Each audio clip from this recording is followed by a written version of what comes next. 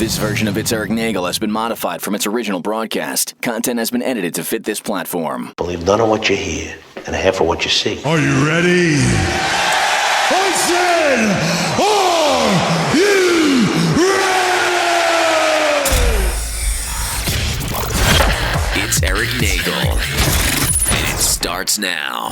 Ladies and gentlemen of the universe, the next voice you hear, it's Eric Nagel. Yeah! Thank you, Scott Shannon. Hello, everybody. Welcome to the program. I am Eric Nagel.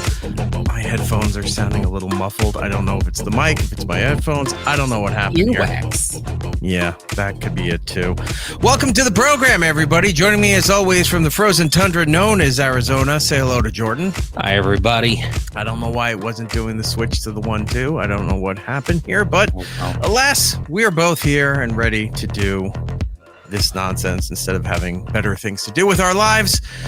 Let's go through the rigmarole that we have to do to start this show. If you're listening on the iHeartRadio app, do us a kindness and put us in the number one position on the presets. Now, we have an update with this. Yep, big one. I was told we found the one person that does that. We found him, everybody. I was saying it in jest, but apparently there is one person who had to alert us and said, hey, I'm the one person that puts it up there. And he sent me proof. That way you can see it right there on the screen. He has us in the number one slot for his iHeartRadio presets. And that is, I'm hoping I'm getting this right, David Volitz? Sounds good enough, right? David Volitz, he's the one that sent this out. Thank you, David, so much. Be more like David. And if you got the iHeartRadio app, put us in the number one presets. Now, if you're looks like an Arizona guy. He's got the 550 KFYI up there. That's the Phoenix station. Oh, he's from your neck of the... Is this paid? Did you pay a guy? Do you think I got money to pay this guy? I don't know. You have a company. Is it someone that works for you? No. Or used to work for you as of recently? I don't know. If you're like 99% of the world, you're listening through Apple or through Spotify. Look, that is fine too. We cannot thank you enough. Go over there, leave us a positive review. It does help out the program. We can see your comments on Spotify now. So we have been trying to reply and say thank you or go fuck yourself. Or, hey, perhaps you would like to try this podcast since you seem so angry. If you're going to join us live each and every week for the YouTube and the Twitch rooms, that's the best way to do it. You hop in there, be part of the program. And if you can't do any of the live stuff and just want to watch clips in the shows whenever you're damn good and ready, look, we understand. Life happens. YouTube channel at It's Eric Nagel is the place to be for all of that. All right. How are you, sir? How is everything? What is not too bad. It's just been a busy week. Work-wise, life-wise. People are sad that we don't have costumes. They thought we were going to dress up. I mean, I'm wearing a Halloween shirt. I think I could do one. Hold on. There's that. I carved a pumpkin for you. I mean, this is a real pumpkin. Like, this is a legit pumpkin I carved for you people. With the standard jack-o'-lantern face. Well, wait, they can't see it because his comment's right there. No, it's right there. They can see it. You made that? You didn't buy it from Michael's or Ross's? No, that's a legit carved pumpkin. Great. Your house is going to be infested with bugs. Because you had to be cute. Oh, no. There's more scorpions in the pumpkin again. It's always that way, right? Is that good? Are you happy now? Good enough for you people? I'm wearing a costume. Is this good? I mean, I think it satisfies the... I can't wear the costume I'm wearing tomorrow, but for now, this is what you got. You've got Day of the Dead Batman.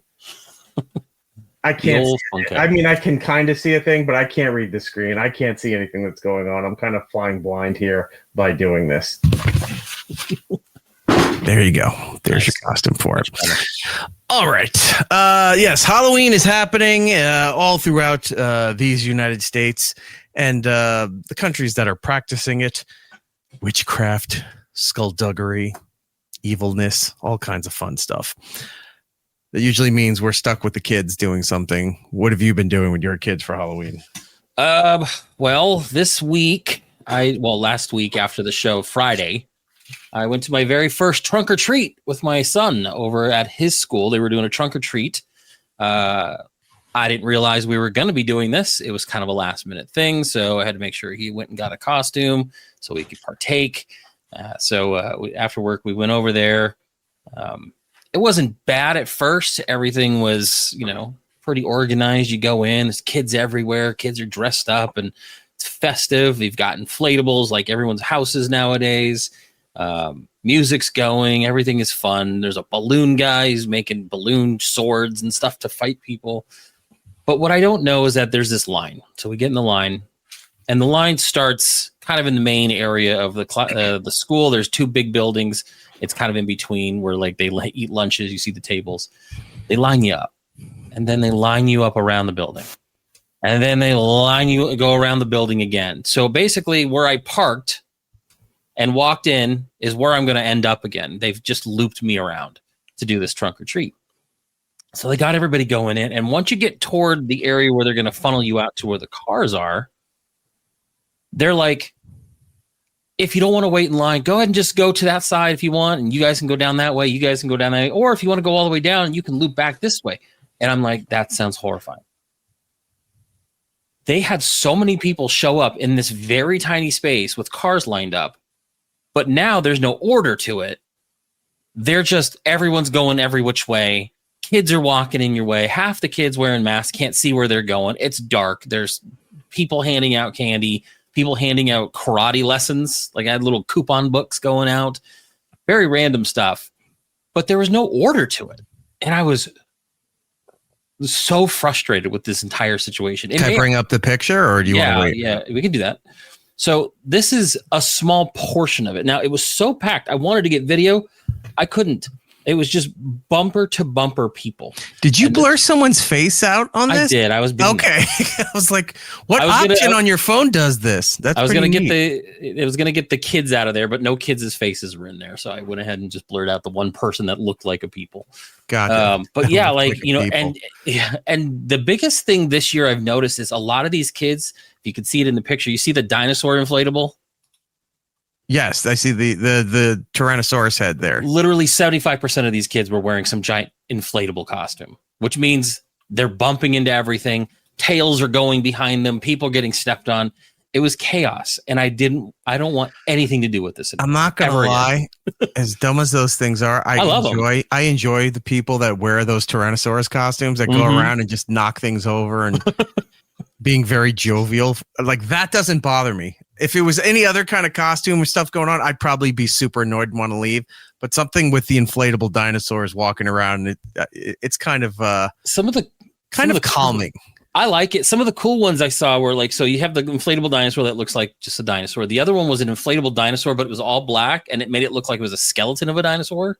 So it was just like bones of a dinosaur with like light up eyes. Like they're getting more and more elaborate with these inflatables. I will never do one of those again. I think 2 years ago I dressed up as, people could see it on the news now with all the protests for ICE and all this stuff in Portland.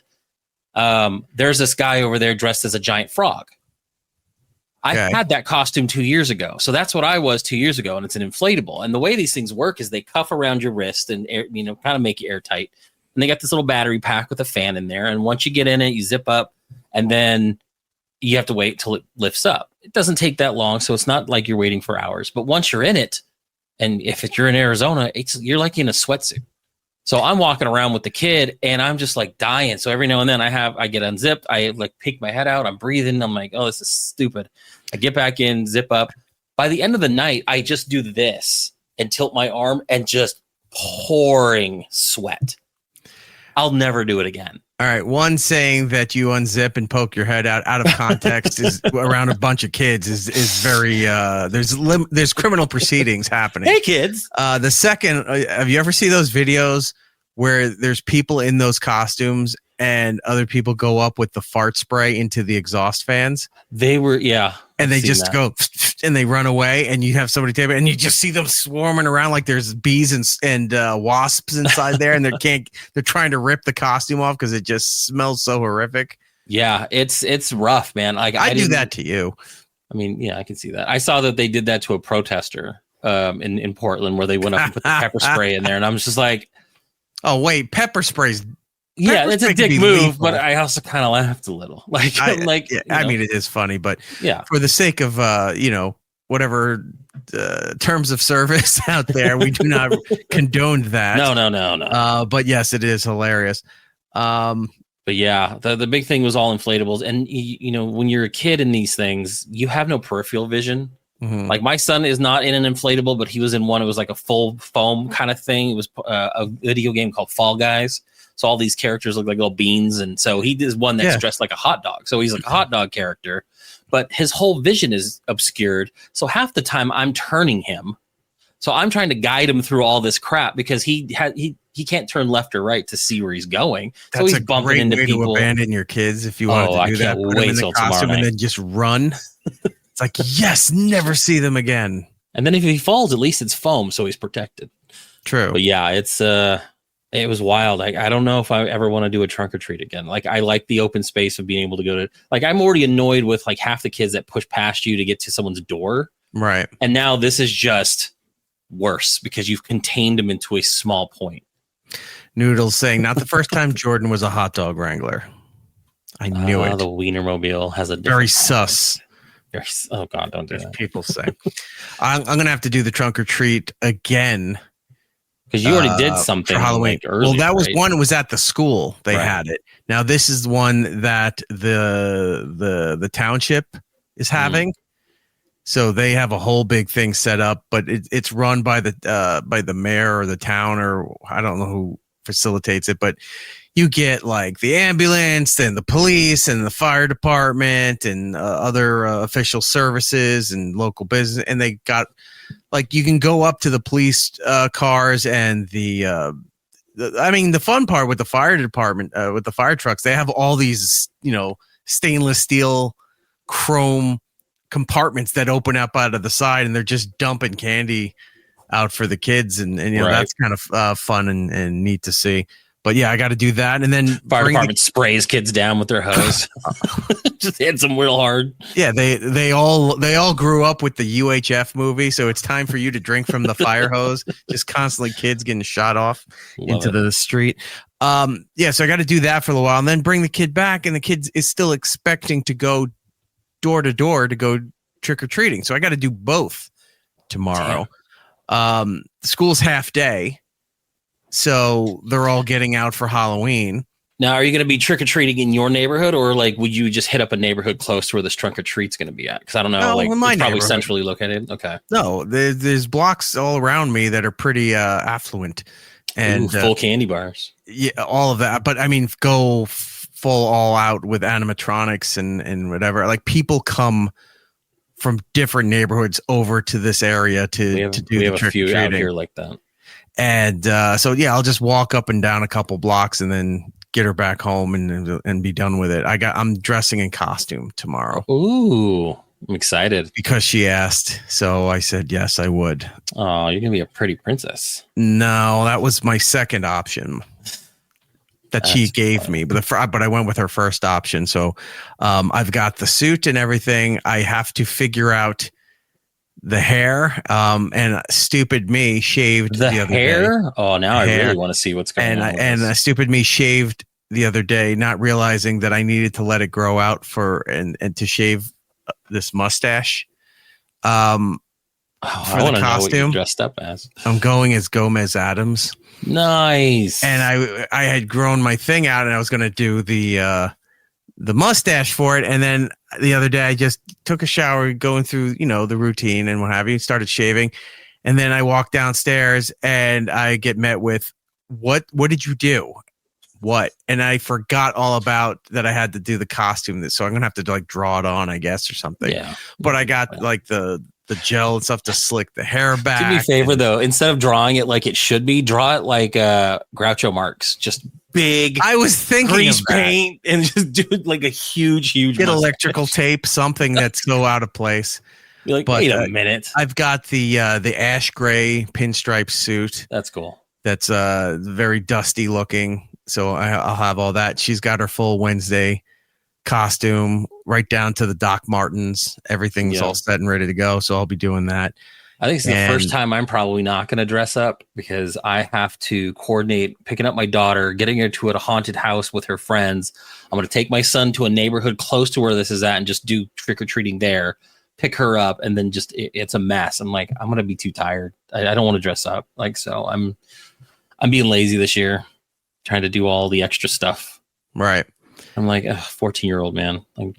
I didn't expect to be doing this, but I was asked, and I'm not going to say no because she wants to go do that. So I said, yeah, I would do all of this stuff. I did want to show you this. So one of the fun things about New Jersey is either if it's on the news or through social media, mostly there's different neighborhoods, different towns, counties, whatever. Everything's really not that far from each other. But you find out like, oh, this is the town you go to, and these are the blocks you go to because they're the ones that do Christmas to the nines. You drive down the street. There's in my town alone, there's a couple of blocks where because they have the white light posts that I don't know if it's the town or the county who puts those in, but it's essentially, your street light stuff, but they're all white light posts. So they wrap them up in red to make them look like candy canes. And you just drive down this path and it's just Christmas threw up in these, section of the neighborhood there. But in other towns not far, they do Halloween really well. And we saw something online and it was like somebody went all out on this one house. And I said, oh, we should go over there and take a look. So we went over there to take a look at it. And I got to tell you, I was really, really happy. I made a donation. I dropped a 20 into the box. Oh, so they have a little box out there? Because I've seen neighborhoods, especially around Christmas, they always have like a big neighborhood where everyone does it. And then there's like a central area where it's like, hey, you want to pay for our electric bills? It all depends because the ones who go all out for stuff like that, it does. You got to figure out what the donation box is for because some do it for a charity. They'll do it for like March of Dimes, Salvation Army, something along those lines that they do all this stuff and they have the donation box and I'll gladly give to that. Right. Other times they have it to help pay their power bill. And depending on how much they did is where I'm on the fence with, do I donate to this or not? Like if you look at the intricate detail and like that entire roof, the lawn, everything is covered in lights and it's all well done, I'll throw in a few bucks. If it's just you got blow molds and inflatables and you put a fence around it, I'm not donating to your power bill for that kind of thing. But alas, I went over there. This house, this isn't even everything because this is the front. And then there's a pathway behind all of this stuff that goes to like a backyard. It's not like a haunted mansion kind of thing, like a scary house kind of scenario. Like you go in, they built it like you walk in through one door. It's built like a cave, but there's all this kind of shit. There's giant expensive animatronics of like Wolfman with the blood eyes, banshees and wraiths and all this cool shit. But at the beginning, I looked at this and I go, they're pirate fans. So there's pirate fans. Oh, baseball's cool. Look at this. That's so awesome. Right?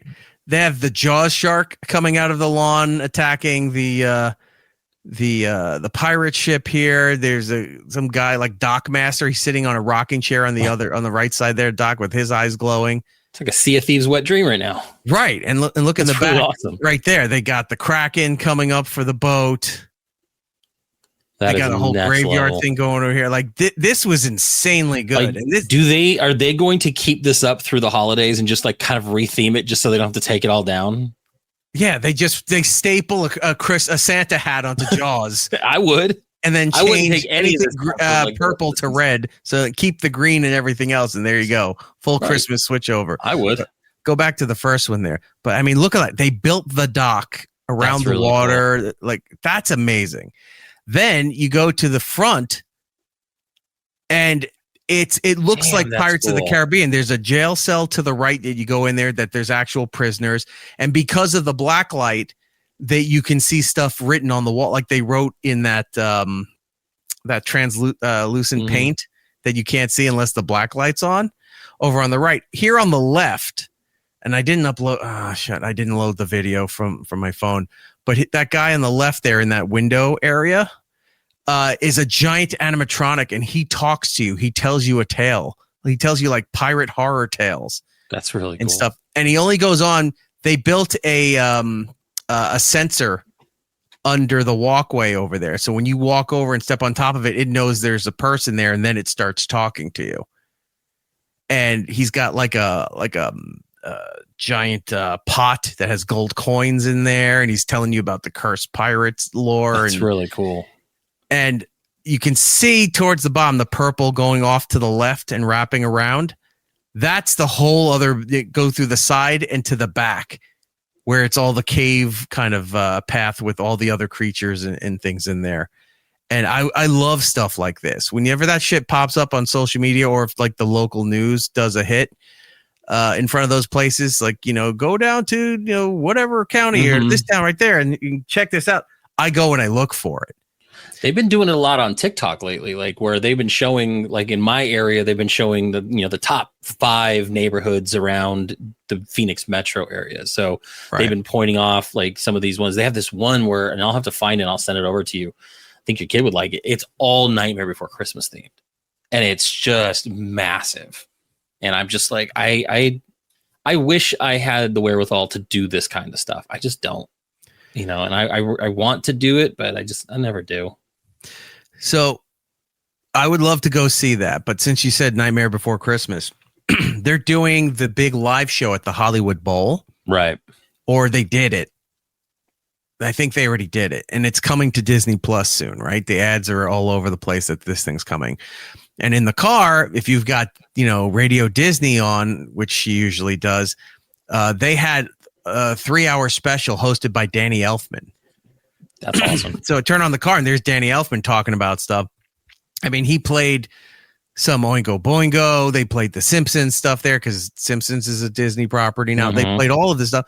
And then he was going into working with Tim Burton on other projects. Like he did music, I think, for Sweeney Todd.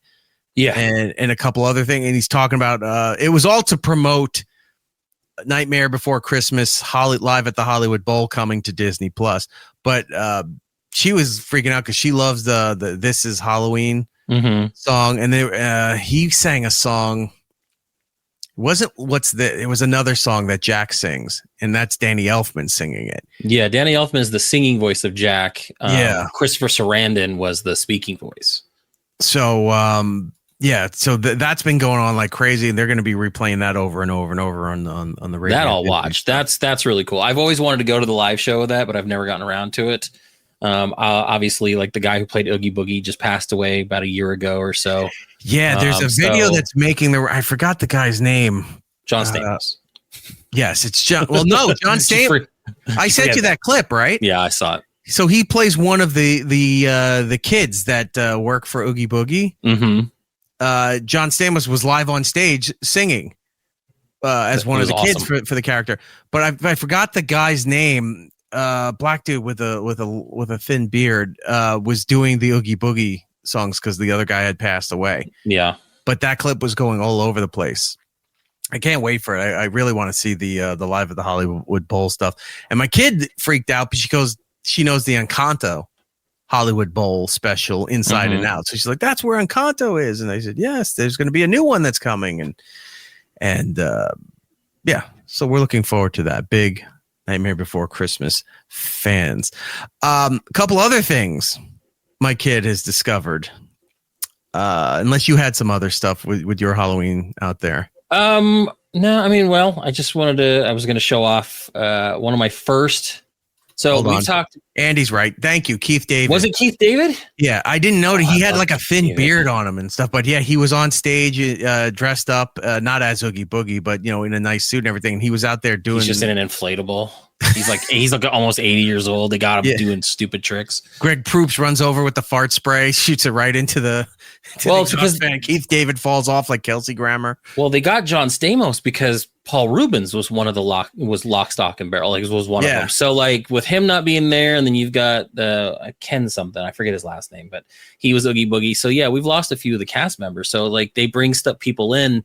I think that Janelle Monáe came in and played Sally, even though Catherine O'Hara is usually available. I don't think she was there this time, so they had her doing I it. am so fortunate. Like a decade ago, I went and saw the live show at the Barclays Center in Brooklyn, and everybody showed up. Like Paul Rubens was there, Catherine O'Hara was there, obviously Danny Elfman.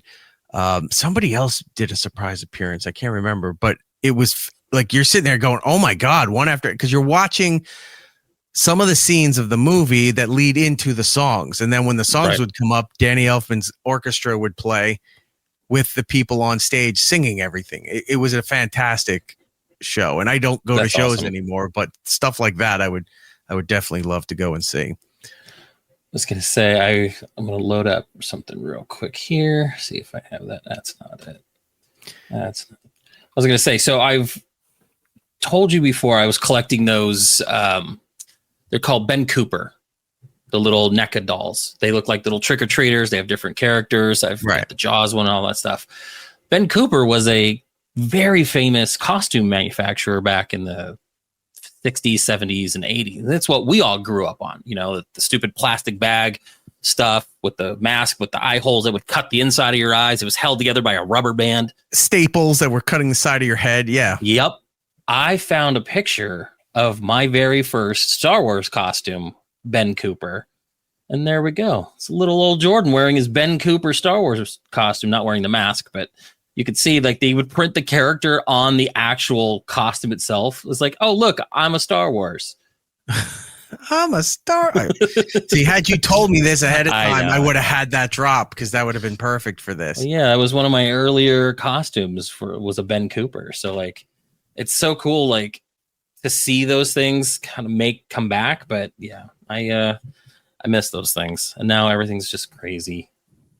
I'm looking. I had other ones. I have a photo of me in one of those kind of costumes, but it was some sort of GoBot. You were Psykill. I was. That might have been it. Actually, that was the motorcycle, right? Yes. Yeah. So, because I was a Transformers fan, and growing up, we had the issue of our parents not recognizing the officially licensed merchandise, right? And in the 80s, it was the time of knockoffs. So if something was popular, there was a bunch of knockoffs, and parents would think, "Oh, that looks like a Transformer," and you would get that, and then you'd be screaming and yelling, and then you were being told how ungrateful you are, you little shit, because you got a costume, and other kids don't have costume. It's like, no, everyone has costumes. You just didn't bother to read the label, and you did it wrong. It's like, how dare you? How dare you? I'm looking. I can't find it. This is great to do on the air. But if I do find it, I'll let you. I'll bring it up there. I was gonna say, yeah, if you want to go to your stuff, I have a couple other costume stuff that are. So the kid discovered a few other things for the first time. Okay. One is, and she was watching it again today. She found the Addams Family TV show, the old school black and white. Yes. And I don't know how, because the things she has access to do not have that television show. Disney Plus obviously does not have it. And on Netflix, they have the animated movies, which are also very good, by the way. I surprisingly enjoyed them more than I thought I would. Yeah, because I was a little iffy on the animation style, but everything was actually really good. So the animated Addams Family movies, really good. And she loved the Wednesday show. I didn't think she should be watching it, but she sat through all the scary stuff. I mean, she had the remote, and that's the rule. So she watched the first and second season. She loved it. She's all about Wednesday. So I don't know how she found it, but she came in talking about something, and she said, "I'm watching the Addams Family." And I went, "Wait, what?" Thinking that she had access like to the movies or something. Like, what? I walk in there and I hear John Astin, and I go, "How did you find? It's in black and white. How did you find this?" So she found out how to get into my Amazon Prime on the Apple TV. So she's in my Apple TV. She found Addams Family, and I see on the screen she's on the secondary. Click here to confirm, because it has ads. And she was going to upgrade my account, which is another $100-something to get the ad-free viewing for Prime Video. And I went, what are you doing? She goes, I don't like the commercials. And I go, I don't give a shit. I'm like, you shouldn't be on here anyway to watch this. But she was about to upgrade my account to, remember a while ago, we talked, it was last year or 2 years ago, that it wasn't good enough that you had a Amazon Prime account for Prime Video. They were adding another They were tier. adding ads to it, yeah. Yeah, and it was going to be like everything's so expensive. I didn't want to spend an extra $2 for them to take the ads off. I'll just suffer through the ads. I'm not going to. Yeah, I didn't want anything to do with that. And she was about ready to confirm, not that the show is in black and white, not that it's in the 3x4 dimension, so it's technically just a postage stamp on a giant flat screen television. That didn't bother her. The fact that commercials came up, because it was an old television show that had commercial breaks, the spots where it would have the commercial breaks had actual commercials, and she was annoyed that she had to sit there and watch commercials. Now, I get it, but also I look at her and go, God, like, how spoiled are they now that it's like, I can't sit here. Where's an ad blocker? Why aren't we paying for the no ads version of the service? I rarely watch Prime Video. I do it to buy movies.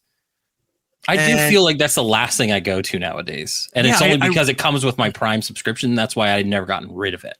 I just got rid of my Peacock account. I signed it over to my mom. And because she still watches all the stuff on NBC and Peacock, or whatever. The only reason I had it was for WWE. And now that's gone, I'm like, do you want the account or else I'm shutting it down? Because she had a profile on there. So I just switched the information over, sent it over to her. She confirmed it. It's hers. Done. Does she know she's paying for it, or is that the surprise that's going to happen later? Oh, no, she knows she's paying for it. Gotcha. I made her put a credit card down there. I'm like, you're like, you want this? Cool. You're paying for it. Yeah, but I rarely use Prime for anything, for video wise. So she found it. She was going to skip the commercials because the commercials were the biggest problem for watching this. Anyway, she's like a couple seasons in. She loves this show. She thinks it's fantastic. And thank God, because I mean, I was never a Munsters fan growing up. I always liked the Addams Family. And the fact that she likes this now, she can't snap. I was trying to teach her, and she gets so frustrated because she can't snap. But she figured out she could click her tongue instead of doing the snaps when the theme song's on. Before the show, I'm getting stuff ready, and I have her on the system here, and she says hi to Jordan, and she starts singing the theme song. She's got most of it wrong, but she's got the structure down right. I wasn't going to say anything to her. And knows at the end to go the Addams Family, and then she's doing the tongue clicks for the snaps and all that. So anyway, she loves Addams Family. Then the other day she found K-pop Demon Hunter. That's awesome. Nah, it's not the television show or the whatever it is on Netflix. She was on her iPad. I didn't realize that she had access to iTunes and Apple. I thought I removed all of that stuff, and she found a way. She's in iTunes. I had no idea. I'm in the kitchen. I'm cooking. I'm getting stuff ready, and she comes in and she's kind of upset. And I'm like, "What?" And she goes, "I don't like this." What? I don't know what you're talking about. She's saying something, and then she's like, with the demons, and I go, demons? What demons? And she's talking about it, and she goes, this thing with the K-pop demon showed up, and I don't like it. So I go, look, and she hands it to me. She's in the soundtrack. She's listening to the samples of the music, and the thumbnail art for the album is freaking her out, and she didn't like that. Yeah. So I said, she's like, I don't want this. Get rid of this. So I went, okay, closed out of the Apple store. I go, you don't need to be in there. And that was her sticking her toe into the waters of K-pop Demon Hunter, probably the biggest cultural phenomenon in the world currently. Yeah. Right? So she's in and out. She has no interest in that. Finally, I'm working on something. Do you have something here that you need to show before I get into this last thing? I was just showing off some of the other costumes that I had. Did your kid ever get into Coco?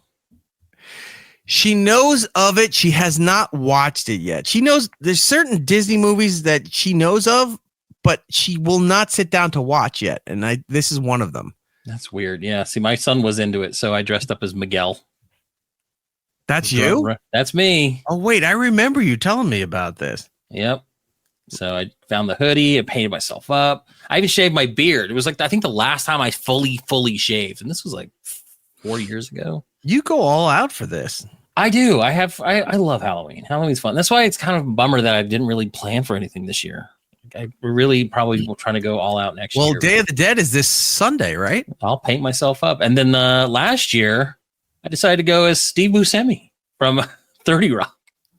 So I was walking around with a skateboard, which I stole, by the way. I found a neighborhood kid that had one out in the yard. He left it, so I took it, used it for my costume, and then put it back. It was great. I love how the shirt is the same knockoff imaging when Beavis and Butthead on their merchandise can't say Metallica or AC/DC. Right. It says like Butt Rock or something, but it's with the lightning bolt on it.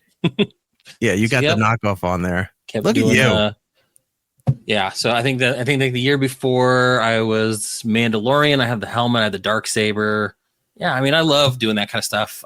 Like a couple years ago, I think it was during COVID, I built my kid a Mario Kart out of cardboard that would fit around him because he was dressed as Mario, so he was a Mario Kart. Right. It was awesome. It's funny because the exhaust pipes were 2 monster cans that I painted, and they worked perfectly for the size, and it was just it turned out great. I'll send those. I'll show you. We got to get into some energy drink stuff in a little bit. We got to talk about that. Brandon McAllister in the chat saying, I built a $1,200 proton pack. So I've been a Ghostbuster for Halloween for like 6 years. Look, sometimes that's what you got to do. Yeah. As you should. If you put that kind of commitment and investment into that, that's what you're doing. If you come around, oh, you're the Ghostbuster again. Yeah, motherfucker. I've got the official thing here. You and your inflatable T-Rex thing, get the hell out of here. Yeah. So, I love me some Halloween. It's one of my favorites. We've got a lot of Halloween stuff to get to here. I got a lot of videos and things that we're going to enjoy. But to wrap up the thing with the kid with Halloween, I was working on something, and the kid came in, and for some reason, I don't know how at her age she figured out zombies. But for at least a year, she's been obsessed with zombies because every now and then I'll be somewhere in the house doing something, laundry, cooking, or I'll be working on something. And all of a sudden I'll start hearing, and I went, oh, she's coming. And then she comes slowly into the room. She's just walking all weird and decrepit, and she has her hands out. She reminds me of Calvin from Calvin and Hobbes when he would used to do the zombie stuff. So she just comes walking right in, and she leans over and she'll try to bite my leg, my knee or something. And I got to push her head off and yell at her. And it's like, you don't bite. And she goes, I'm a zombie. And I go, they don't sing their names either. And she goes, shut up. And then she comes over and tries to bite my leg again. Well, she saw something that I was working on, and she said, oh, I want to see that. I said, no, you don't. And she goes, yeah, I want it. So my kid had her first official screening from start to finish of Michael Jackson's Thriller. So she can't look at the album art of K-pop Demon Hunter, but she went through Michael Jackson transforming into a werewolf. No, he transformed into a zombie first. Oh, that's right. Right. So, in fact, she made me pause it. There's a scene where they do a couple of solo scenes where the camera just kind of shows a face of a zombie. And there's one guy, kind of pale, has short hair, but he opens his mouth and it's black and liquidy. So it's supposed to, I guess, be like blood, but it's not like gushing out of his mouth. It's just kind of floating in the mouth area, dripping a little bit. She made me go back and pause on that so she could stare at it. I go, what are you doing? She goes, what's with his mouth? I go, his mouth is drooling blood. It's concentrated evil. But she made me pause on different zombie things. Also, did not like the fact that after the big zombie dance number, when Michael Jackson turned around to do hold on, intersect. You are right. He is a werewolf first, and then becomes the zombie in the graveyard. That's what I thought. I'm sitting there going, okay, you're right. Oh, I believe you, but yeah. Well, he was the werewolf first. Yeah, the zombie part. She, they do the whole dance routine, that whole famous thing, and then there's a part where he turns around to sing Thriller again, but he's back in regular Michael mode with the black and red leather outfit while the zombies are dancing around in that industrial area, and he's doing the dance and he's singing all that stuff. She didn't like the fact that he's not a zombie while he's singing. And I said, well, that's not the point. And she goes, why isn't he in there? I'm like, because he probably can't sing and dance and perform with the zombie makeup on. She goes, but he just was dancing. I go, yes, but now he's singing. So they had to take it off of him so he could do that. Plus, he's the star of the thing. And then for some reason, she couldn't remember his name after like the third or fourth watch. And she kept calling him Kelvin. And I go, that's not even close. His name is Michael. Kelvin. She goes, yeah, Michael Jackson. I said, yeah. And she goes, sometimes I call him Kelvin. I go, no, you don't. His name is Michael Jackson. So it's like Kelvin. It's like Memento. His name is Sammy Jenkins. So we watched everything over and over. She loved it, the zombie stuff, and the part she was getting scared. At least the first two go throughs. She's holding my hand. I go, it's okay if you get scared. Squeeze my hand. You can watch that. So she's doing that, and then by the third time, she's okay and complaining that he's not wearing the zombie makeup while singing. She was upset with that. I'm like, of all the things that you could maybe get upset over, Thriller is not one of them. And two, him not wearing the makeup while singing isn't another. I was going to ask, have you ever, does she watch The Simpsons with you at all? Have you introduced her this early? Okay. Yeah. Have you shown her any of the Treehouse of Horror stuff? No, but I could. At this stage, she probably would watch it. She's probably desensitized enough with Thriller. Yeah, I just I've been binge watching all the Treehouse of Horror this week. I need to do that. And Monday night, I was hanging out with my daughter, and I put them on, and we watched, I think, maybe 4 or 5 episodes, maybe 6. And she was like way into it. Like, she likes The Simpsons in passing, but she's not like an avid watcher. And so like, I'll throw stuff on and maybe she'll pay attention. Maybe she won't. She'll be on her phone texting her friends. But when I had this on, she stopped texting her friends. She moved on the couch where she could see it better. And we were just laughing our asses off. And these are episodes that I've seen 1,000 times. I could remember, I probably do all the lines from probably the first 15 seasons of it, Ooh, it's raining again. It's the donuts. Mm-hmm. And we did watch that episode, and she laughed at that one because I had to explain the turkey's a little dry bit, but once I did, she was like, "Oh, that's the monkey really paw." Yeah. Well, no, yeah, no, that was that was that one. I'm trying to think what else.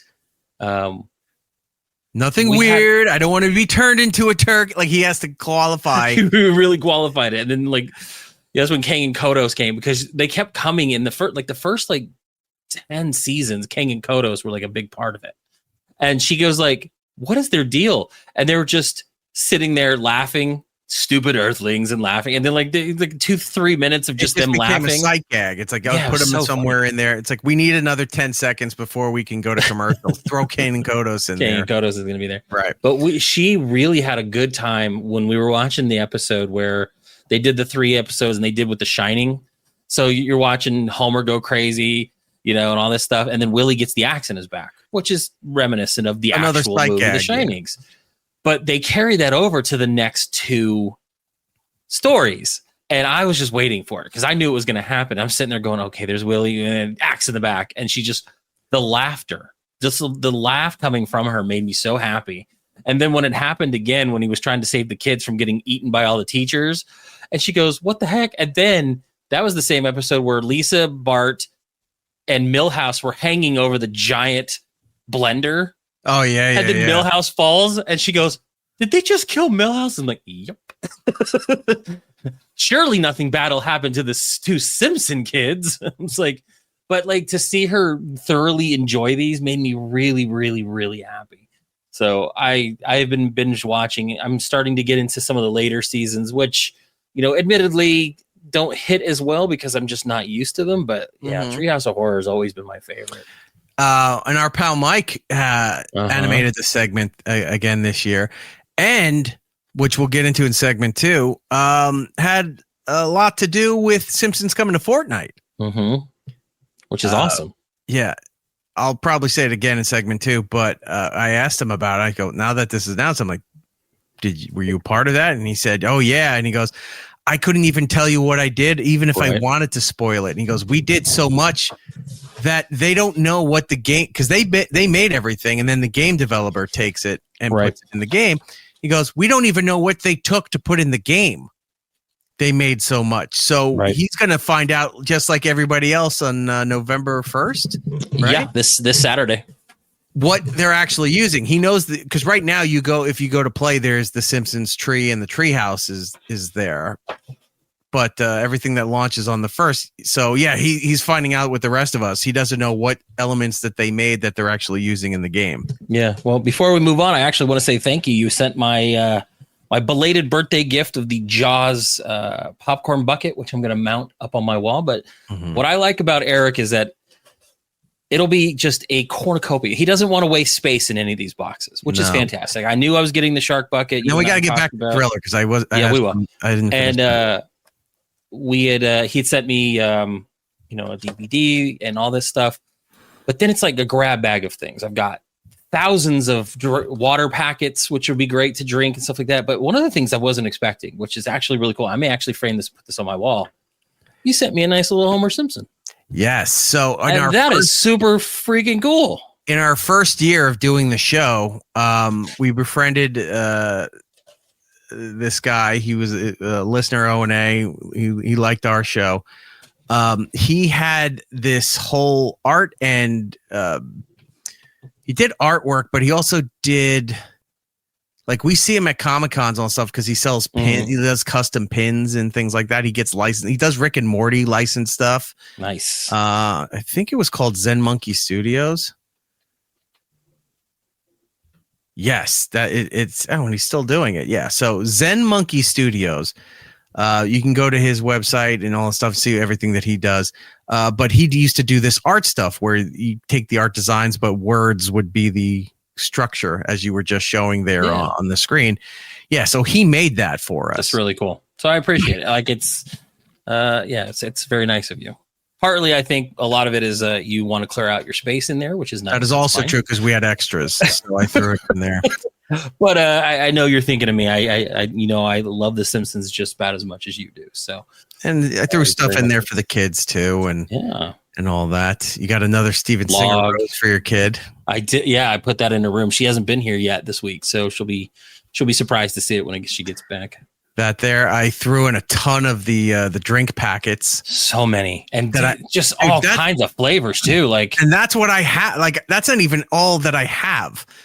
So I was like, I'm just gonna get. I'm appalling all this stuff off to you. It's just like, how do I get rid of some of this stuff? I'll give a nice assortment to Jordan and the kids. And these are like gallon-sized bags full of these drink water things. And my son goes like, why does he send those stuff? And I was like, well, Eric likes to try things, but not usually finish them. So I get the runoff. Yeah. So, I may, get stuff from the summer. So I've got like the peach. I've got the soda flavors that are supposed to be water. The Margaritaville ones in there. Yeah, there's all kinds of fun stuff. It's pretty fun. Intersect. Did Jordan get that signed DVD? I did. In fact, I stuck it on back over here next to my Conjuring. That's also signed. That was the Lost Boys DVD. With the Coreys and allegories and all that stuff. Montessori's. Yep, all of that is right there. And then the big coup de grace was the Jaws head, which is off to the side right there. Yeah, you can see it right there. Yeah. So what I'm planning to do with that is I might actually get a piece of wood, like a cool shaped piece of wood, and mount it to that, and then mount it on the wall like it's a trophy. Noodles in the chat saying Jordan also has a brother, in case you want to toss anything in there for him. Wink, wink. I was not told that he had any living relatives. Try to keep it a secret. Well, that was the first episode of Frasier. When they found out that he had a dad and everything, he's like, I didn't know you had a dad. I thought you said he was dead. And he's like, you said I was dead. He's like, we weren't talking at the time. Well, yeah, if you head over to his house, feel free to go through the grab bag and there's always handful of something. drink packets. All right, so back to the Thriller stuff. So the reason why I was watching Thriller is I was cutting it up a little bit. Now, a couple weeks ago, we found a Thriller video that had a special edit within, and that edit. Who was in that edit, by the way? Oh my God, I don't remember. Somebody appeared. Oh, yeah, I'm drawing a blank. They said his name. Was it Joe Hendry? Say his name and he appears. I believe in Joe Hendry. I've been humming that stupid song for 2 days now because of what I've been doing with it. So anyway, yeah. So it was the version that had Joe Hendry in it. Now it was a good concept, but I was looking at it and I went, I think it's poorly executed. I think I could do better. So I will tell you the lengths I went to for this video. I'm not trying to really hype it up. I just want to talk to you about how much time I wasted on this. I went through Joe Hendry material. I was figuring out how in the video edit software to isolate and track a person in there where you can eliminate everything else. You know how like in photos, I've been wanting to do that for a long time because I think it would be fun. A lot of help videos.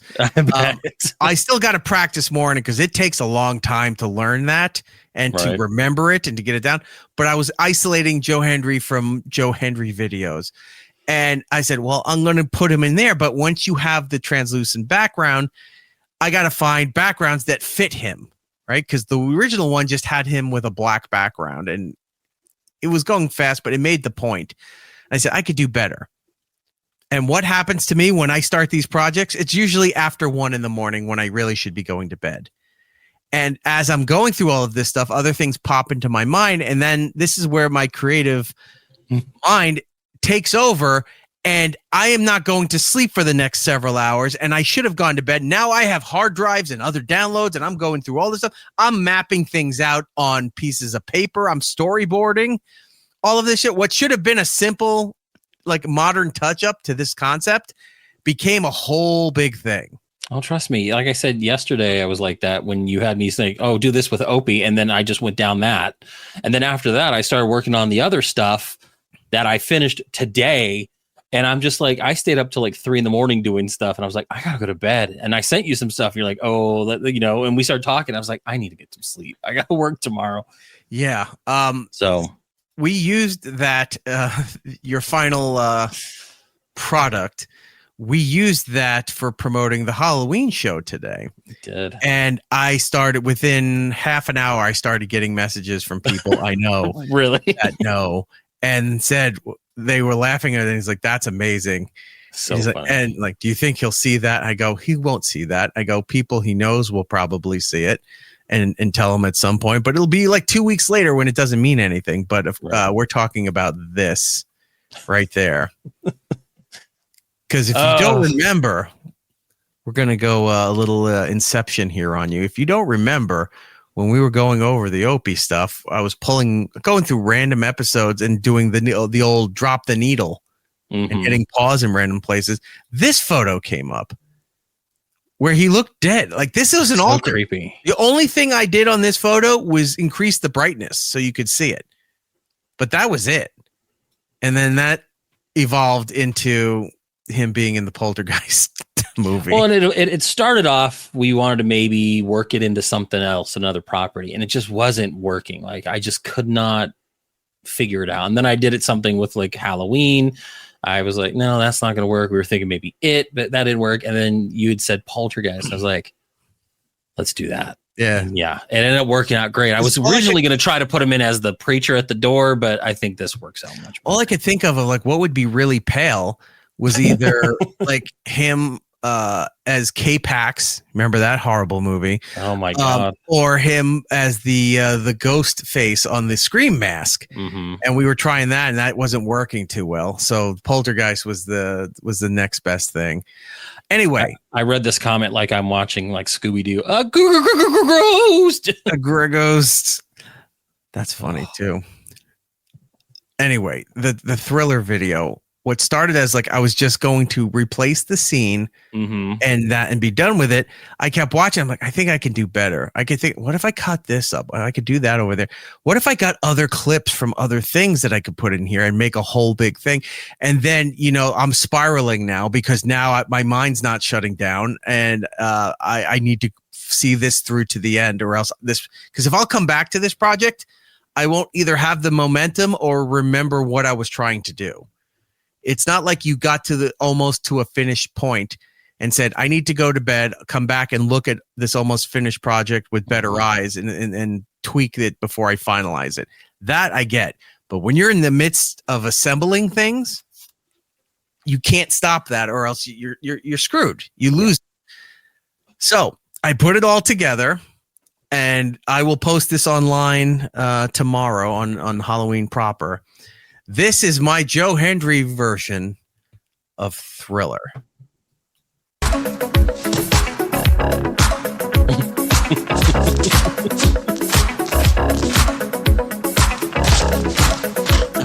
Oh, the claps make me happy.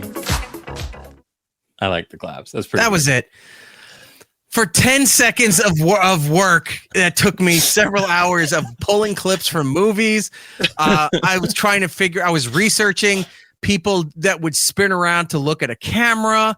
I kept getting a lot of fourth wall looking kind of things. I'm like, this is not what I'm looking for. And at one point I don't know why Love Boat came to mind. I said, what if I did Isaac doing the double gun point? That fit in there too. So there's no rhyme or reason to it. This was a labor of hallucinating. That's great. That's some of the best ideas come from hallucinating. Do we want to see it again? Real quick. I mean, do we have the time? We have the time. Oh, wait. We want a bigger screen, right? Yeah. Get that bigger. Where's the bigger screen? There we go. Here we go.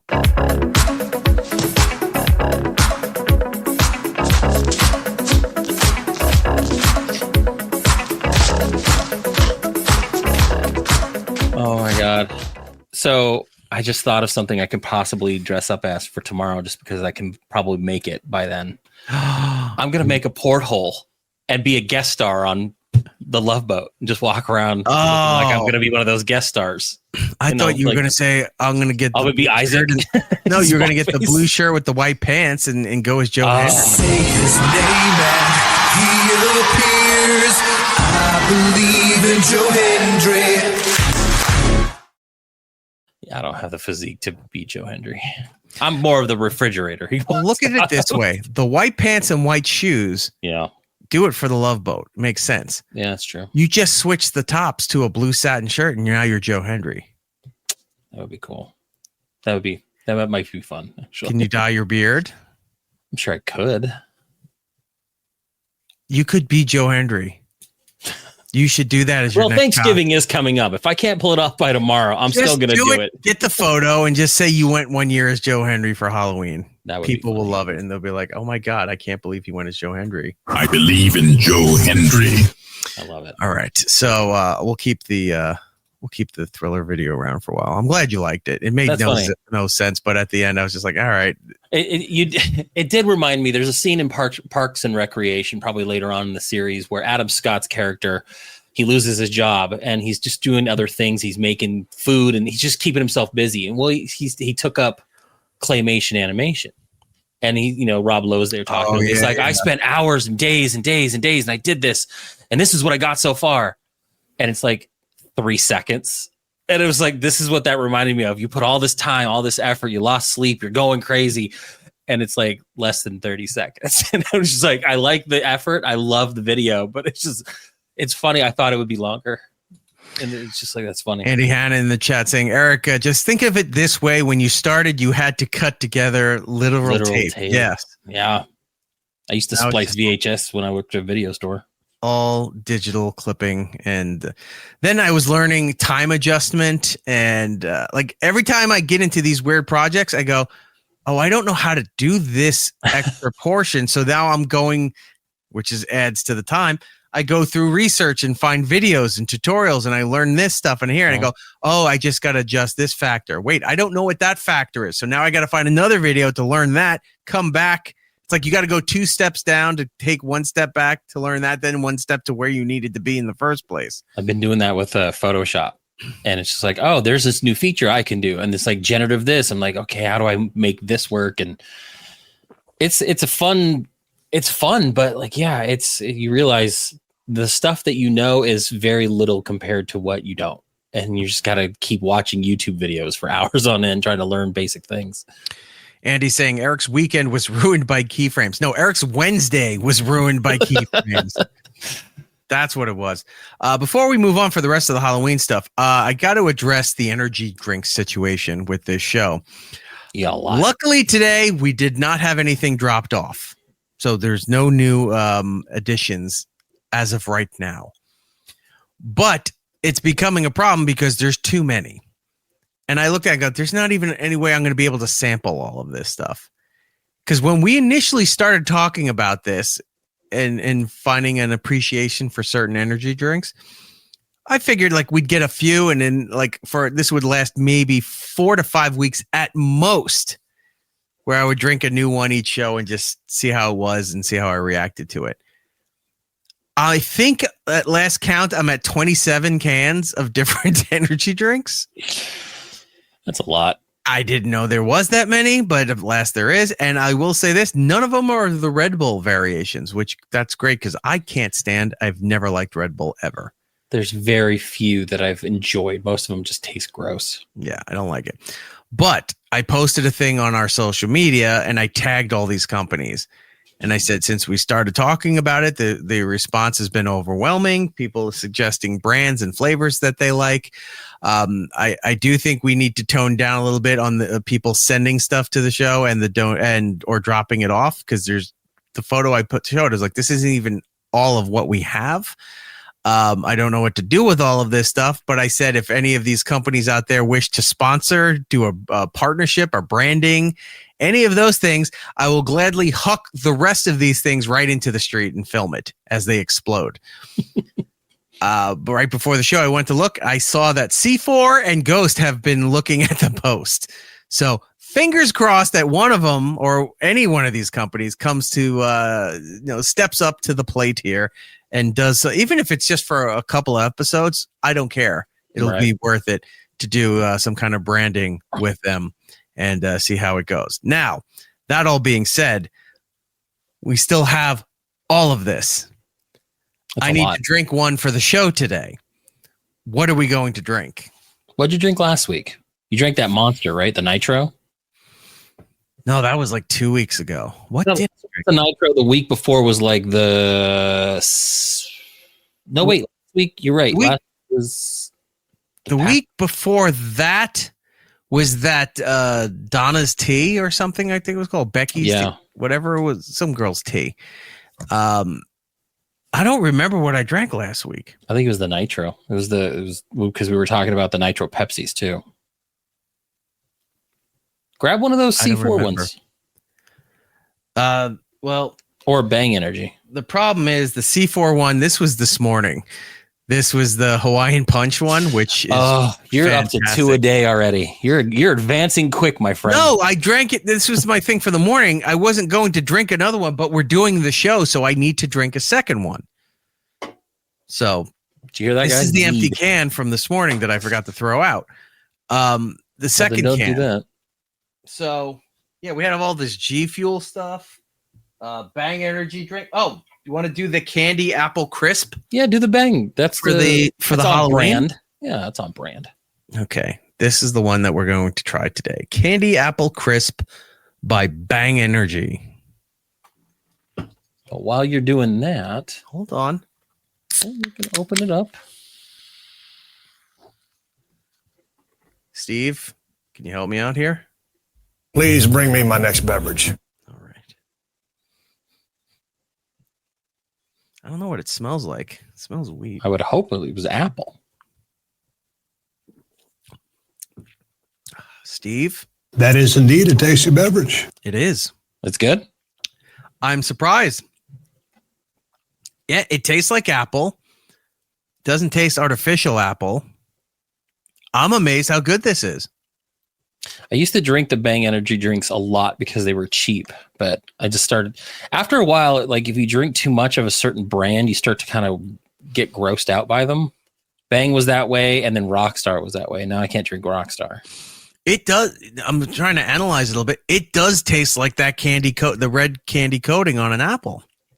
Well, that's good. At least it's tasty. I'm impressed.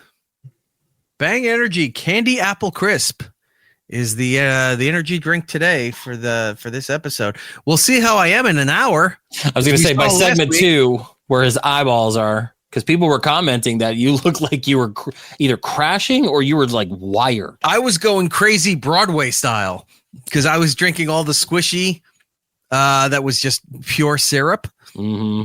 Like that. I mean, it was a step away from being cornholio. So funny.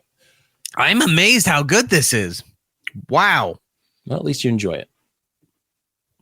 All right. Let's get into some more of the Halloween stuff here. Well, before we move on, let's address this so we can address it. We got ourselves a super chat. The Beef. Oh, this.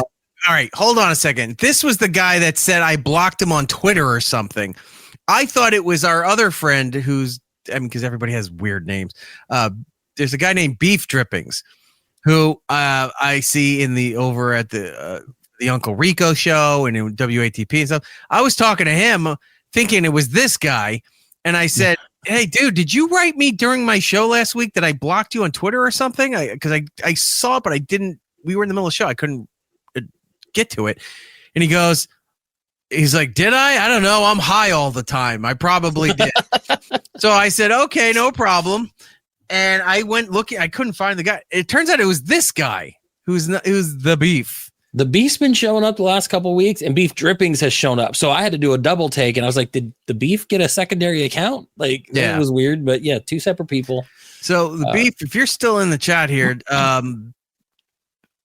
like DM me on Instagram or somewhere else, and just let me know what your Twitter handle is. I don't know. I have somebody that goes through the account over at iHeart. She does all that social media stuff. So she goes through and clears out shit that I don't need to be concerned with once in a while. So that could have been something that happened. I don't know.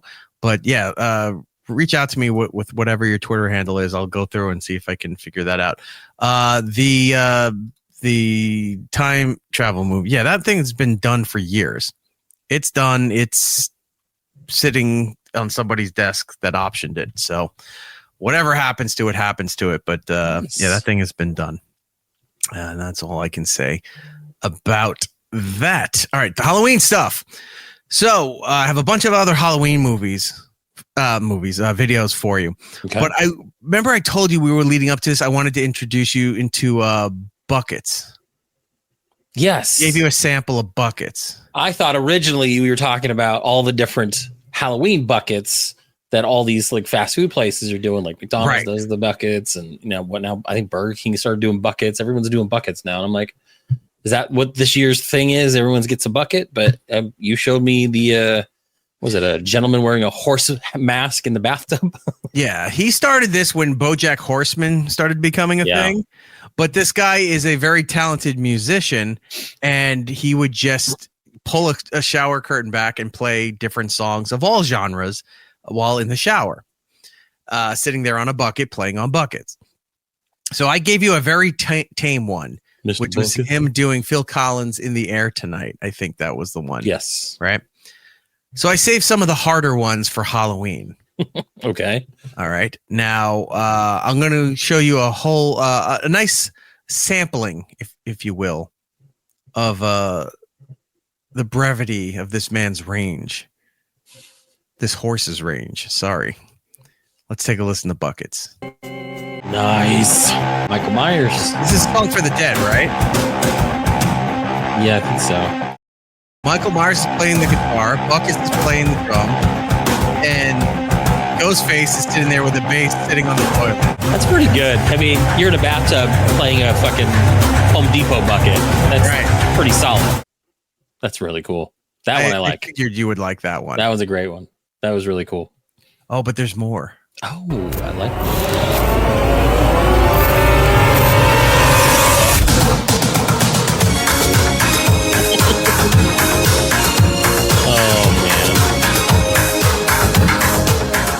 Started off as a horror movie scene. I thought he was going to do Psycho. An old-fashioned Rick roll. That's pretty good. I like that. But there's more.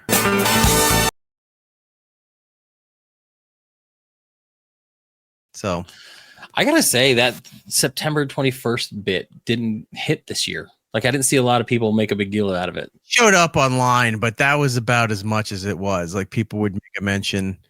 Like, that's a meme that just died off. That and somebody wake up Green Day and like. Oh yeah, I didn't see a whole lot of that. Thankfully, nobody gives a fuck about that. It's all done. Here's another one for you.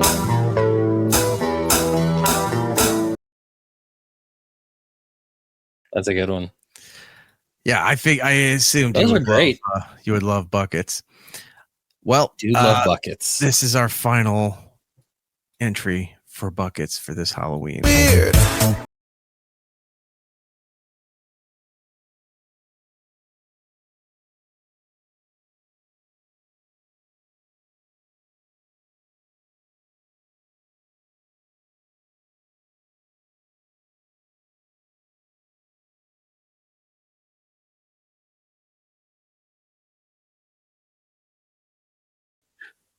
So stupid.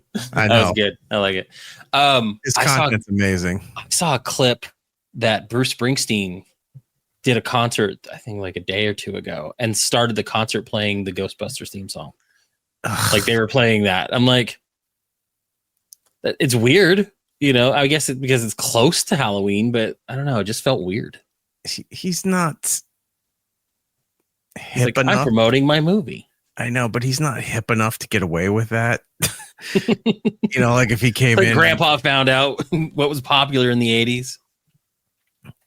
Yeah, he's like, "Hey, everybody, freeze frame!" And you went, "What am I doing here?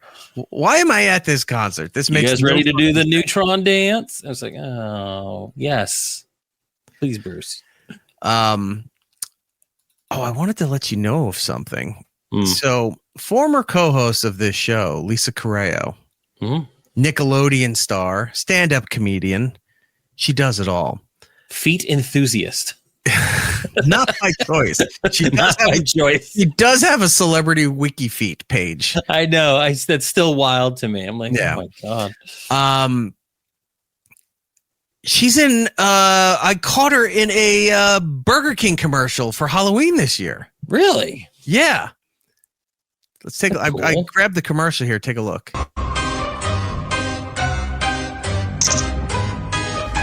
This one's going on the Crypt wall. Burger King's promoting the vampire. Did you reach out and tell her we just shit on all over those shaped nuggets last week? Oh, I did. I said, okay, I said, because I asked her, I'm like, is there a horizontal version of this ad? And she said, no, they shot no, it's all for vertical. I said, that's so weird. They should have something. And she goes, no, they actually had all the cameras, everything. The monitors were all sideways. They shot the whole commercial. So just as vertical. Doing it that way. Wow. Yeah. So I was like, okay, cool. So she did this thing. What I noticed is I hit something and it does the captions. Mm-hmm. The captions are not understanding what she's saying. Because she's got the teeth in her mouth. Right. So that's funny. I want to show you this again. All right. So listen to what she says here. She takes the photo of the kid who's dressed as a vampire. Mm-hmm. It zooms in on her phone vertically, and you just see the Burger King crown and the cape floating in the air. You don't see him, right? As is lore for vampires. But listen to what she says here. This one's going on the Crypt wall. It's going on the Crypt wall. This one's going on the Crypt wall. Got it. Right? So she took the photo. That's going on the Crypt wall. Look what it translates to.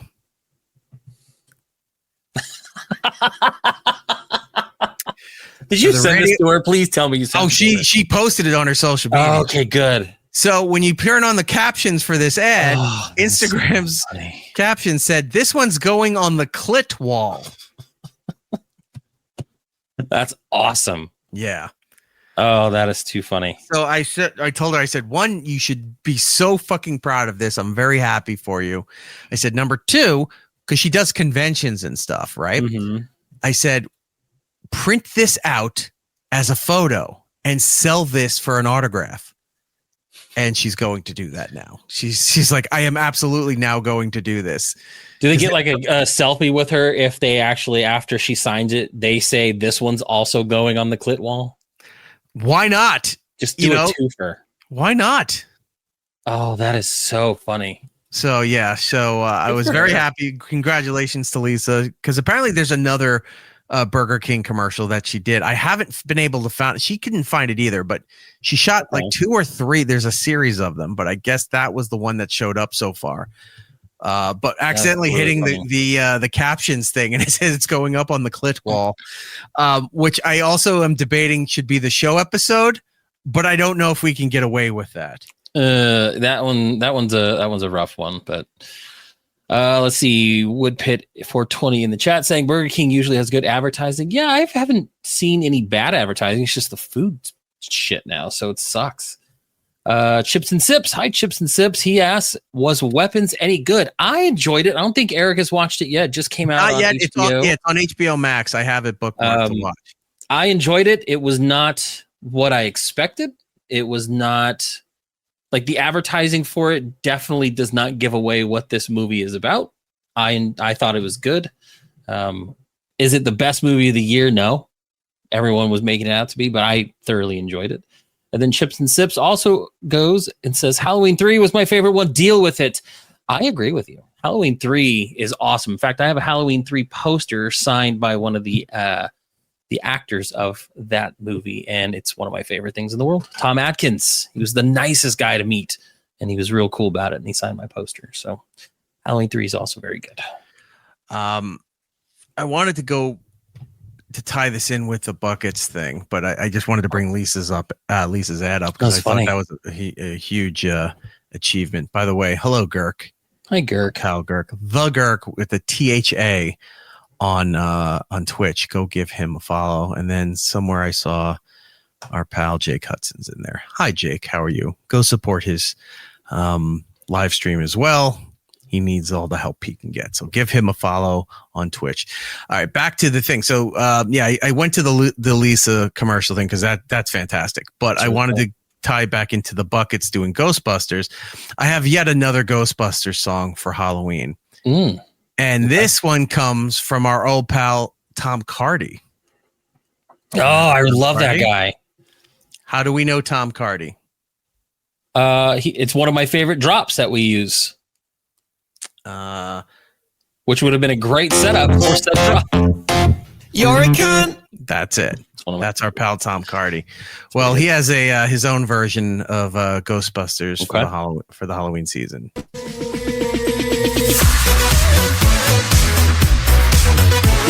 you feel depressed and misunderstood, what you gonna do? Repress it. When you wanna confront your childhood, are you ready for a breakthrough? No, repress it. Good choice. I'm too apathetic to myself therapy, contradicting how much I complain about my life. I push all my problems down until they go away. One day I'll explode. Repressing makes me feel nothing. I'm fine. I don't need therapy. I'm good. Tom, you just sang an entire song about it. Well, you're attacking me by asking that, and so I'm not going to therapy because you brought it up. Yeah. That's perfect. Oh, I love it. That's gonna be on the rotation from now on. I love his videos. I don't remember if people. I mean, because we featured him a long time ago. I mean, he's at least over a year ago. Doesn't need our help, but I did want to remind people. That one drop is infamous on our show. We love that one. But he has this other video that I love, and I don't even give a shit about D&D and role-playing games and all of that stuff here. But this one is too hilarious not to bring back up on the show. On the horizon of this forest path, you see a group of dark cloaked figures slowly trudging towards you. What do? My half-orc barbarian braces her great hammer, and that's a 1. Critical fail. Steve, what do? Well, I believe in anticipation, my rogue would try and hide behind a tree. Okay, I rolled a 1. That's another critical fail. Tom, what does your human bard do? Active perception check. That's a natural 20. Let's fucking go. I feel it in my fingers, I feel it in my toes. These motherfuckers mean to harm us, and they got to go, so come on, get them now. You picked the wrong day to fuck around with my tight crew. Someone's giving it, I can perceive you. Here's what we're It's a bit extra. Me and my boys gonna mess you up. I rolled a 1. Fuck, my boys are otherwise engaged, so I'm gonna bring it on myself. Hey, I forgot. You're supposed to tell me what I see, right? Yes, thank you. Let's just slow it all down a bit. So you notice that one of the hooded figures is a little shorter. I cast Vicious Mockery. Nat 20, let's go. You're a short motherfucker and nobody likes you. Short! Everybody says, how fucking short that guy is. And that stops you from forming meaningful relationships. And when you were born, everybody thought that you were just a head. But then the doctor said, wait, this stupid motherfucker tiny short ass baby got a tiny little itty bitty body and I hate it. Your attack lands and absolutely shatters the mind of the cloaked figure. Perception check, please. Nat 20, let's go. You perceive the figure was so short because it was a child. It's always a kid. Specifically the child you've been looking for the last 15 days game time and 5 days of our actual lives. Okay, I'm sorry. I didn't know. I'll be better. His body's just lying. Hold on. He just killed the kid they were looking for like 15 days within the game. He had no idea the kid was cloaked and just launched this massive attack and killed the child in the game here. Okay, I'm sorry. I didn't know. I'll be better. His body's just lying there, right?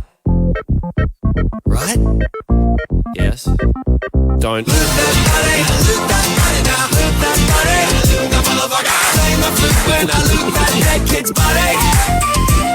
Bitch. That's good. I like that. He's insane. Yeah, we started watching his stuff heavily when we were into the Jaws is Here video. So like we were like watching his stuff, Jaws is Here, which is a video I show my kids. Jaws is here. Here is Jaws. He is a shark without a cause. He was in a movie, you should watch it. It's called Jaws. Jaws is here. Here is Jaws. He is a shark who fights the law. He was in a movie that everyone saw. That's one of my favorites. It's a classic. But yeah, I love his stuff. That's funny. So yeah, there's our pal Tom Cardy there with a bunch of great material. Go follow him on all the social medias, and I think his music's Spotify, YouTube as well. Support all of that fun stuff. What else do we have? Halloween stuff here. You're a big Michael Myers fan. A little bit. Yeah, it's my favorite Halloween, by name and by the holiday franchise. It's one of my favorites. It's got some low lights, but I love them. Here's some fun Michael Myers content for you.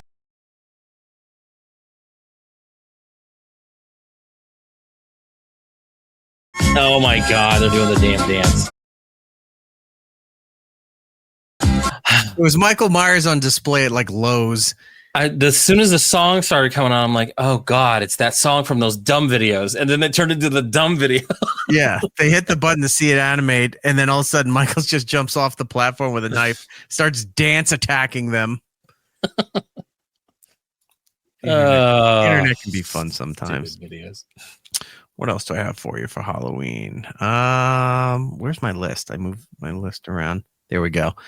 We have some fun Halloween costume ideas. Okay. This one is a kid being abducted by an alien. Okay.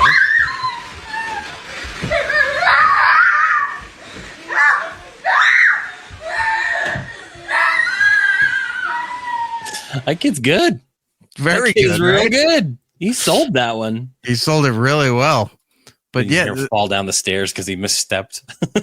yeah, it's an alien around a kid's body, but the body is the inflated part. The kid's in the alien costume, dragging himself across the floor down the stairs. No, he's It's almost like Paranormal Activity. God. They're making a video game of that. Did you see any of that?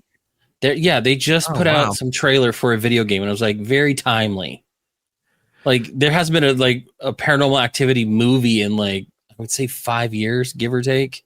I was thinking about going back and rewatching all of that stuff, but after the second one, I think it all just the third one was the Witch's Cult or something. I don't know. And then the fifth one was like that. It was all CGI with the demon dimension. I hated that one. That was so bad. Yeah. Yeah, I might go back and watch all that stuff. I still have to finish the Conjuring timeline. I have a lot to do, and I just don't do it. I need to go do it. Let's go over to somewhere in Asia. The Asians are top notch when it comes to some of their psychological horror.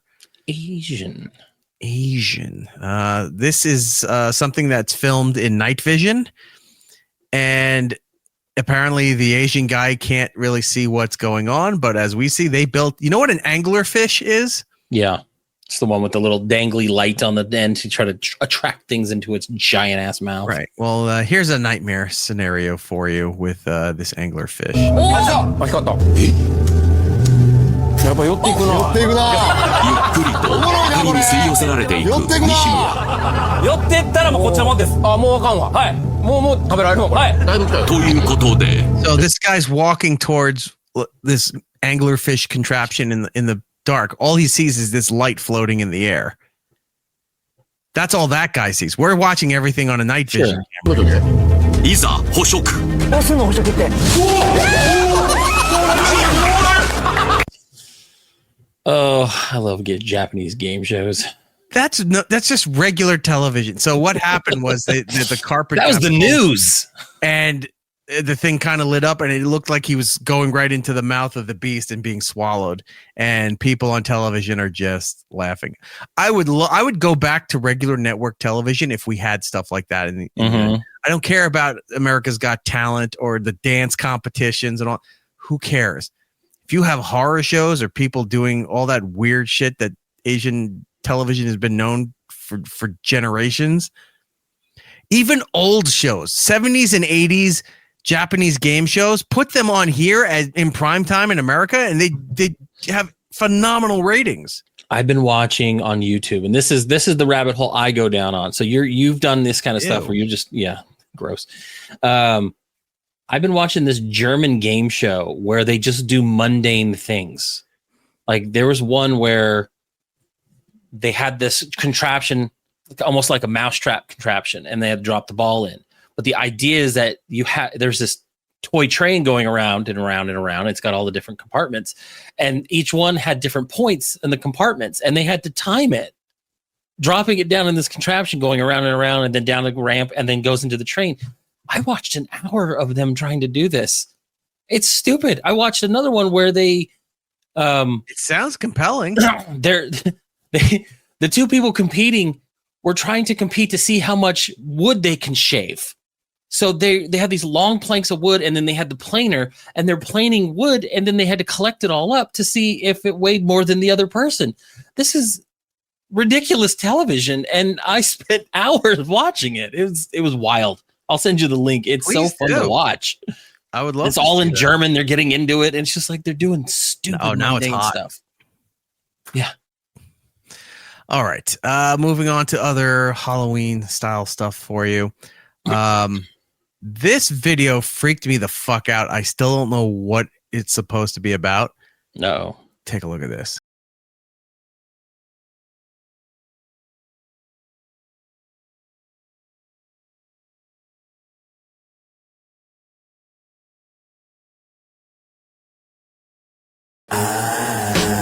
No, thank you. I've seen a GIF where the head just goes all the way back. That she's close to doing that. That's a demon mouth. Yep. No, that's an anglerfish. I don't know what this was. I don't know the concept for it, but this chick has a gigantic mouth. You know, this is probably going to be on the thumbnail for the show, right? Possibly. That big giant ass mouth. Noodle saying that was a good song. He's listening to the music while everyone's staring at this fucking abomination of life. Noodles also brings up. Oh, hold on. Where was it? There was the German game show I was talking about. They were doing this. There was one where the two women were facing off trying to push carts for like 15 feet away to see if they could make it back in the cart return. These are just stupid things like you would do in real life. Like, ooh, I can push that across the parking lot. This is what they're competing with. Why are you still showing this woman? Because I'm just doing the record drop theory. And I'm like, oh my God, every angle is horrific. And how is that girl behind? I think they're standing. Everyone's standing in a fucking shower doing these things. Bathroom constantly. Yeah, that's too much. Gross. I've got a Halloween ring cam for you.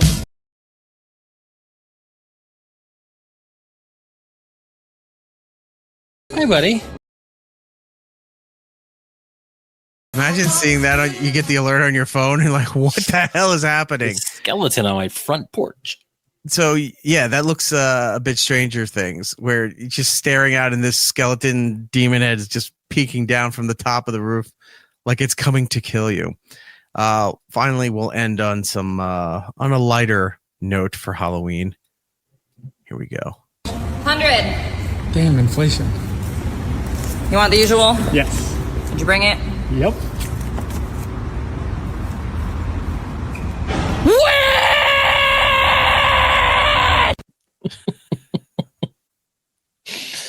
That's funny.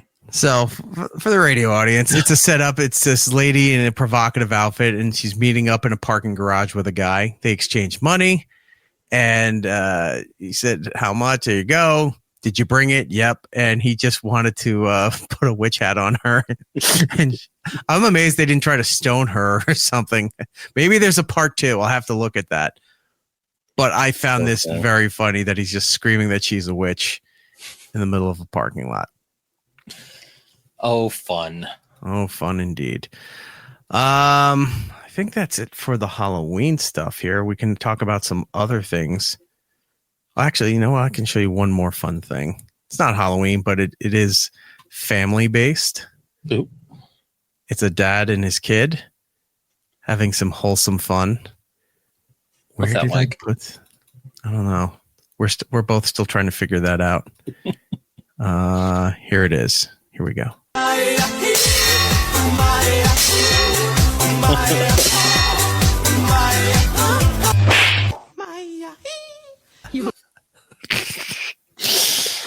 Oh, it's so stupid. Guy dancing around with a frying pan, smacking his kid in the head. Gotta love it. I did find the picture. See, there's the giant frog inflatable. Yeah, that doesn't look comfortable at all. It's not. I mean, it's comfortable, but it's once you start sweating in it, it's gross. It's like a sweatsuit. No, he was gross. Not doing that. Not doing that. Not doing that. All right, what else do I have to show you? Gonna delve back a little bit to stuff we were talking about last week. Apparently, that Group 7 shit ain't going away. The only place I'm seeing it though is TikTok. It hasn't really shown up in other platforms. I think it's just a TikTok thing. And then I got a 6-7 clip for you. Which way do you want to go? Let's do the Group 7 real quick because I'm probably going to be upset about the 6-7 stuff. Okay, so Group 7 is still going alive and well, I guess, on TikTok. Why? I don't know, but everybody's talking about being in Group 7. He goes, we here in Group 7, depending which person you watch, we here in Group 7, we're working hard. We're supporting each other. We're doing all of these. None of this is real. They're all pretending like they're all in like the fucking Lions Club or the Elks Lodge with this Group 7 shit.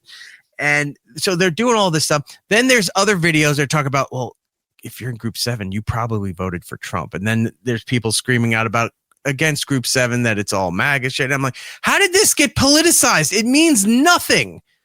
And they're trying to work it into a thing. Well, it's gotten to the point where somebody that we used to know back at Sirius XM, we would have her on the show time to time. She used to host a show on the Martha Stewart channel, which when that was a thing, her name was Jenny Hutt. And she hosted a show with Martha's daughter for a little while. And then Martha's daughter didn't want to do shows anymore. So Jenny just took the show over by herself. And when they got rid of Martha's channel, she was on one of the other generic talk channels that nobody cares about. Jenny is a lovely person. She's very nice, but she's very gullible and naive. She's a lawyer. She's very smart, and that she's book smart. She's just not common sense smart. Yeah. People in the chat going, "Oh no, not her." Yeah, you know where this is going. One of our favorite bits was Jenny did this trend. She loves trends. She loves internet stuff. She thinks that makes engagement happen. She needs to be a part of things. And she did this thing where I guess it was shortly after the George Floyd. No, it wasn't George Floyd, because George Floyd was during COVID, right? Yeah, around then. All right, so it wasn't George Floyd. So this was going back. What was going on 10 years? There was some kind of movement about people can't being able to. Oh no, who was the guy that I can't breathe? It wasn't George Floyd. It was the other guy who was selling cigarettes. It was George Floyd. No. There was another guy in New York. Oh, I don't know. I'm gonna have to look it up. I think his name was Eric. But they were fighting him as a heavyset guy. Eric Garner was the story. God, God, I hate that I forgot that. Back in 2014. So I guess there's this movement. It was DC. Okay, apologies. It was in DC. Yeah, we're trying to remember it. The Eric Garner thing. He was a big fat dude that got thrown to the ground. I couldn't breathe and what have you. So an online trend was they were doing this song of da da da da da da da. I can't breathe. Like they sing this one little hook, and then at the end you're supposed to nominate other people to also post a video singing this song. Now, anytime these things come around, Ice Bucket Challenge, let's say that's a very well known one. When you do the challenge, you usually nominate people that you know in order to realistically get it done. I mean, the Ice Bucket Challenge was for a cause. What was the cause? ALS. So you were hoping that, I guess, raise awareness. I don't know how it was raising funds, but it was raising awareness, I guess.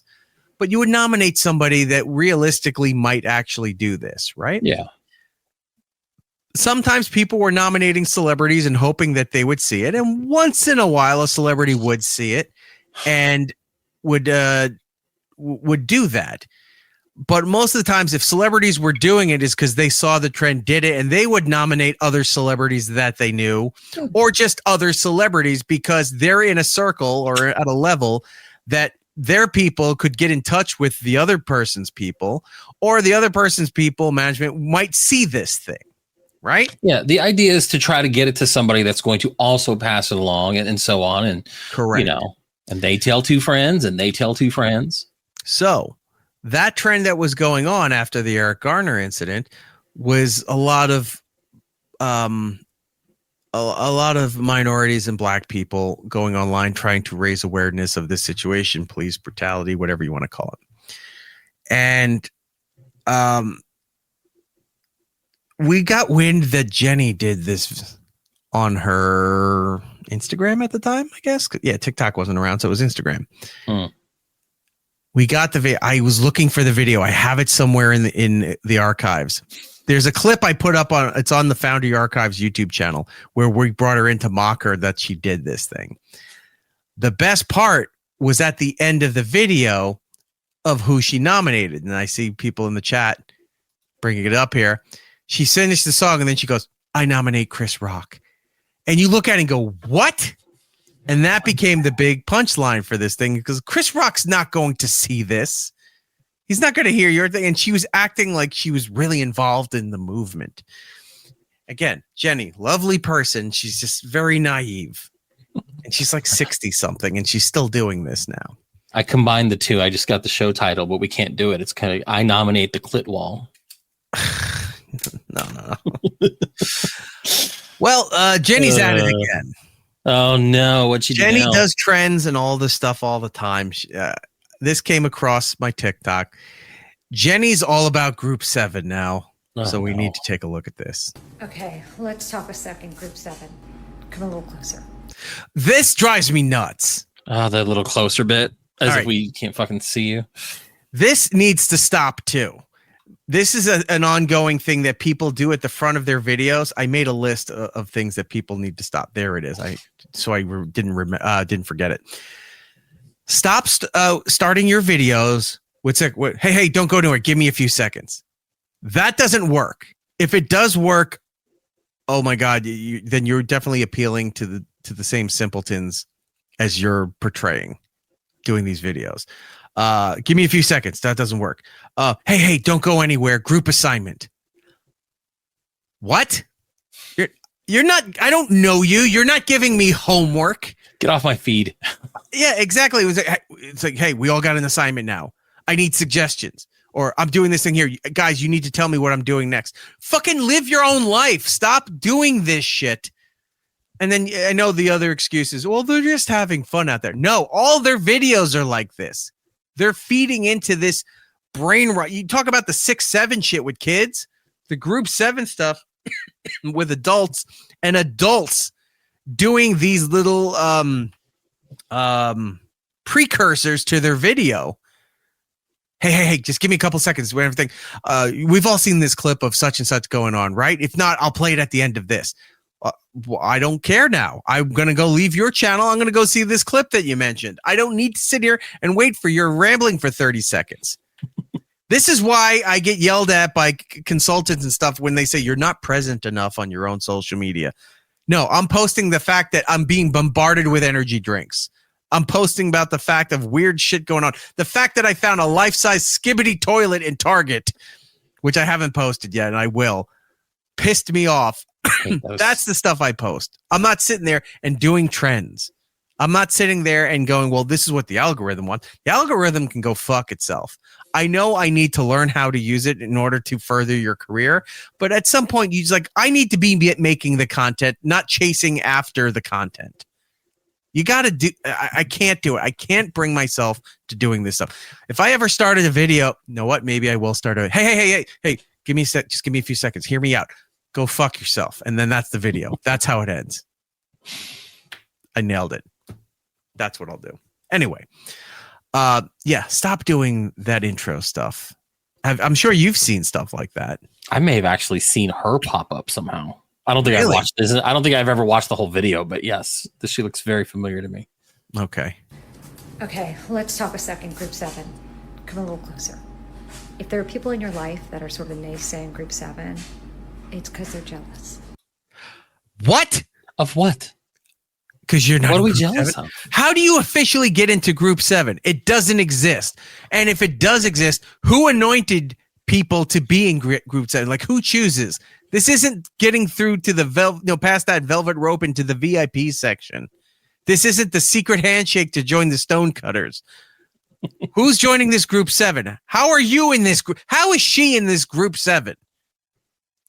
And it seems everybody's in the Group 7. How did that happen? You know what? If everyone's in there, this is no homers. You're allowed one. I don't want to be. I said no homers. Yeah. And I think maybe you have to invite them in because Group 7 is not exclusionary. We are welcoming. We? What is this we shit, white man? Who's inviting you into Group 7? If you got to imagine a friend of yours sent you a message saying, hey, I'd like to invite you into Group 7. If you knew what that was, I would write back unfriended. Yeah, it's like never contact me again and then block them immediately. And if you don't know what it is, you're perfectly within your right. What is Group 7?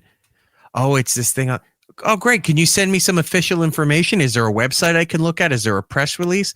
Well, no, not really. And let them explain Group 7 to you, and then you realize how asinine it sounds. You know how you get in? You remove the Stone of Shame, and then you attach the Stone of Triumph, and then that's when you're in. That's it. I hate it. I hate all this stupid crap. Yeah, it's terrible. Go back a little bit. Because Group 7 is not exclusionary. It doesn't exist. We are welcoming. We welcome all. Right now, I'm getting. No, you don't, by the way, because half the time I see those videos, it's people screaming that there's conservatives and Trump voters in Group 7 and you do not want to be in Group 7. Like, who's making the rules on this shit? It doesn't exist, yet people are still outraged over something that has never happened. That's where we're evolving to now. Fictitious scenarios that somebody made up, and now everyone's outraged over this. Yeah, Group 7, Antifa, the women's orgasm. None of these things exist.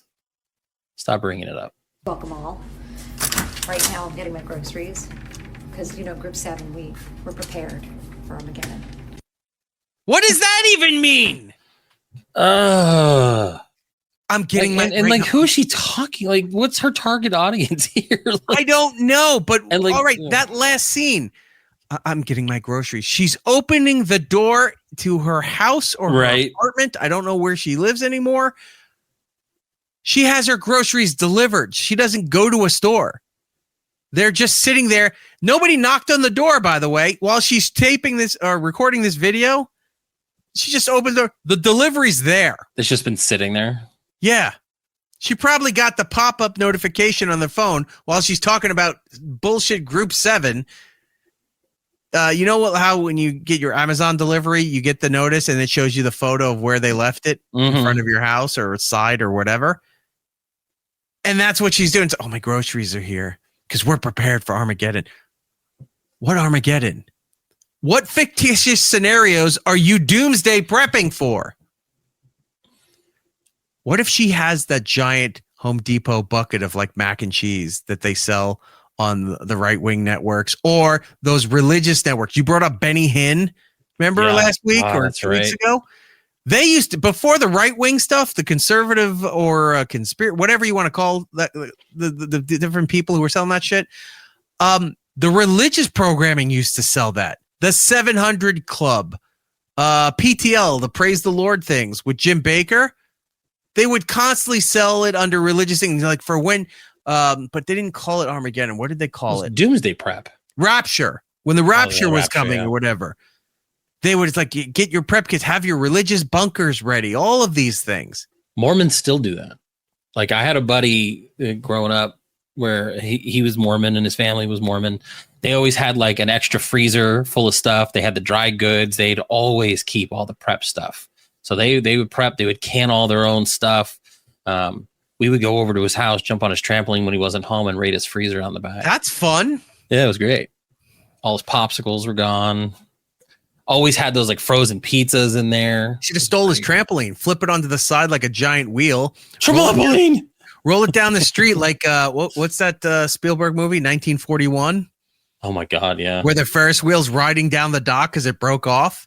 Just roll the trampoline down your street to your house or tie it to the top of your car like in The Simpsons. Keep driving. Keep driving. Intersect saying Group 7, just like 6-7, is pure brain rot, birth from chaos. Yeah, but one's for adults, one's for kids, it seems. Like the adults needed to feel like they belonged to something because the 6-7 nonsense was happening, that they came up with this Group 7 stuff. Jenny, sweet lady, you've always been very nice to me. What are you doing? I know, I'm having fun online. I know, but you're a lawyer. You have a law firm. If I saw my representation doing this stuff, I'd be like, all right, I need to find new representation. It's not that you're a nice person, it's just I have no confidence in your ability to conduct my case when you're talking about welcoming people into a fictitious group that doesn't exist. It sounds almost like the Simpsons episode with the leader, where they're trying to bring you in. It's the same. They couldn't get Homer. He's just so oblivious to it. No, leader, like that. But it's that welcoming thing. Oh yes, that's fantastic. You should come. Do you have a few minutes to come and talk with us? Let me tell you about Group 7. Group 7 should be a horror movie. I'm sure they'll make it a psychological thriller movie. Group 7, or as I posted, Group 7 is the shit end of an airplane. You get on last, you have no overhead compartments, and you got to smell the bathroom for the entire flight. Nobody wants to be in Group 7. Group 1 and 2, that's it. That's the place to be. Or maybe 3, because you get the bulkhead seating with extra leg room. That I can kind of, grandfather into it. But you want to be in group 1 and 2. None of this 7 nonsense. Let's see. Chips and Sips. I used to watch the 700 Club on Sunday nights because there was nothing else to watch till Star Trek. I am addicted to television. We all were. My grandparents had retired and they were living in Florida. You try to watch TV in Florida. Florida was big for local television. And I'm not even just talking like local affiliates for networks. They had a lot of channels. It was always the weird channels, like something 64. And you're like, 64? What channel is this? They had Florida still to this day has a channel that all it does is show you court case schedulings and mugshots. That's awesome. Every now and then, if I'm down visiting family, whatever, I find that channel to put it on, and you just see who got arrested in what county, who's got a bounty on their head by local officials or by the FBI. And then here's court schedulings that they need to make note. Sometimes there's certain court issues that have to be the public has to be notified of. Mm-hmm. Oh yeah, there's that. They've got the listing of child predators. They've got all of that stuff. This is just a channel that just shows you this stuff. It's fantastic. They have all kinds of religious channels there. That's how I found Benny Hinn. Yeah, I remember it in California. With his diagonal hairstyle. Trapezoid. And all the Jesus and the Technicolor Universal churches and stuff down there, that buying complexes and malls and all of that stuff. Local programming really is the shit in certain areas. In major cities, it's terrible. But in the small communities, you're like, this is fascinating what they think is good content. 6-7. So we talked about 6-7 last week, how terrible and how annoying this thing is. Well, this is another person who has a perspective on how 6-7 is terrible. You know what 6-7 means? No. You're so old. You know what 3-6-9 means? No. Fucking loser. So, you know what 3-6-9 is? No. Well, probably not. What is it? So, I knew it as one thing, but apparently there's another version of 3-6-9 that I was not aware of. So, what I knew is not this. I'm going to talk about the new thing I found out first, and then I'll explain how I knew 3-6-9. 3-6-9 is a manifestation method that people are using. It's how they're doing certain things in 3, 6, and 9 repetitions to make things happen every day. So, let's see here. Is a popular technique. The method involves writing down a desire or affirmation on a specific affirmation a specific number of times, 3 times in the morning, 6 times in the afternoon, 9 times in the evening. This repetition is believed to help focus the subconscious mind on a particular goal. The method can also involve other practices such as rhythmic breathing and meditation, using the numbers as a guide. That's something new. That I didn't know. That's not what I was thinking. Yes, it is OCD. Tell me what you're thinking. There is a theory that Nikola Tesla. That's what I knew. Yes. Was the 3-6-9 theory, where your body vibrates at that frequency, and that's how you can do vibration therapy and things like that at that frequency. That's what I thought it was for. Tesla, I'd never heard of the manifestation one. Tesla's famous quote for the 3-6-9 was, "If you knew the magnificence of 3, 6, and 9, then you would have the key to unlock the universe." He saw these numbers as fundamentally important in linking them to energy, frequency, and vibration. His fascination was linked to how these numbers behave in various mathematical patterns, such as doubling sequences or digital roots. Tesla's personal habits, like walking around a block 3 times before entering a building, or using hotel room numbers with numbers divisible by 3, show his obsession with these numbers. Now, yes, that is mental illness. It is OCD. It's all of these things there. But the way at least he's looking at it, he was a brilliant mind. Sure. And a lot of people who are brilliant in mathematics, in science, those kind of things, do tend to have those tendencies of a controlled insanity, if you want to call it that. When you're taking the basic surface level of what he was describing and then saying, if I jot it down on my notepad, that means I'm going to win the lottery and find true love. That is the bullshit that, again, surface level, which is TikTok, is what people are believing for the 369 stuff. But I'm glad to see more and more people pushing back against the 6'7" stuff.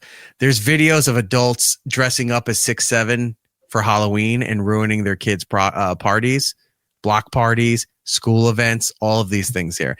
Now, granted, they're doing it for attention, yes, but I do like the concept that the kids don't know about this and they just show up recording it and the kids are losing their fucking minds over it. I'm always for chaos and making children cry. That's always fantastic content for me.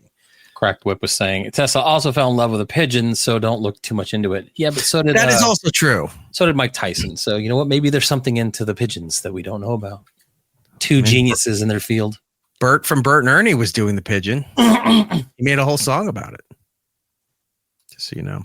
I also want to address the fact that, look, audience, I'm so appreciative that you enjoy our show. We're over 5,900 subscribers at YouTube, by the way. It's still growing. So again, we thank you so much. The iHeart stuff still doing good. I got to check how we're doing with Apple and Spotify, but any way you watch, enjoy, consume the show, we appreciate it. The fact that you go around and tell two friends so they can tell two friends, we appreciate that as well. I do have to say that I think some of you are getting a little too comfortable reaching out to me, thinking about, oh, I think you would enjoy this. Mostly because you're right, but also it's annoying that I'm getting bombarded by certain things.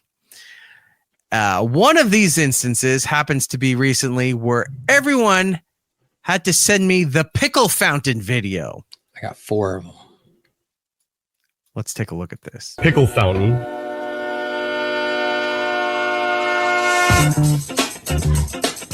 I'm just going to assemble it so that the same master brine is pouring over everything, but there's going to be different things that people can take. For the radio audience, it looks almost like those chocolate fondue structures where the chocolate comes out the top and everything, so it keeps it moving so it doesn't solidify.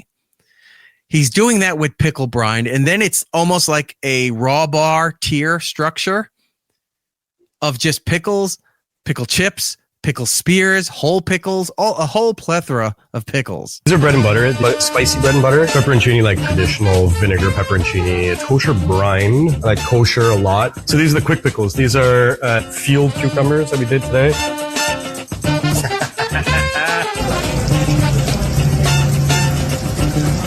So it's just raining down pickle brine on top of 3 tiers of various kinds of pickles. It's funny because I'm not at all mad about this setup. I get it. Like people sent me this video 4 times. Yeah. I had a lot of people send me this. I don't hate this. No. I would, if I walked into a brunch place and they had a pickle fountain, you can pull me away from there. I'd just be eating it out of there. I'd be double plating the pickles before I even hit the omelet bar. It's kind of like when you go to a nice kosher deli and they give you the plate of half sour and garlic sour pickles. And there's only a couple of spears of each. He's like, I'm going to need several more plates of these. Mm-hmm. Oh, we'll bring you another plate when you're done. No. Bring at least more plates. I like that the middle tier is just the sliced bread and butter, but the spicy. I love spicy pickles. So good. Now, what if they did this with an olive bar?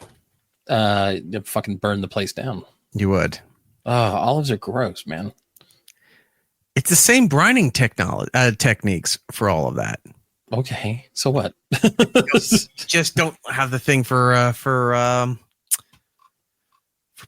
are gross. I guess olives are gross.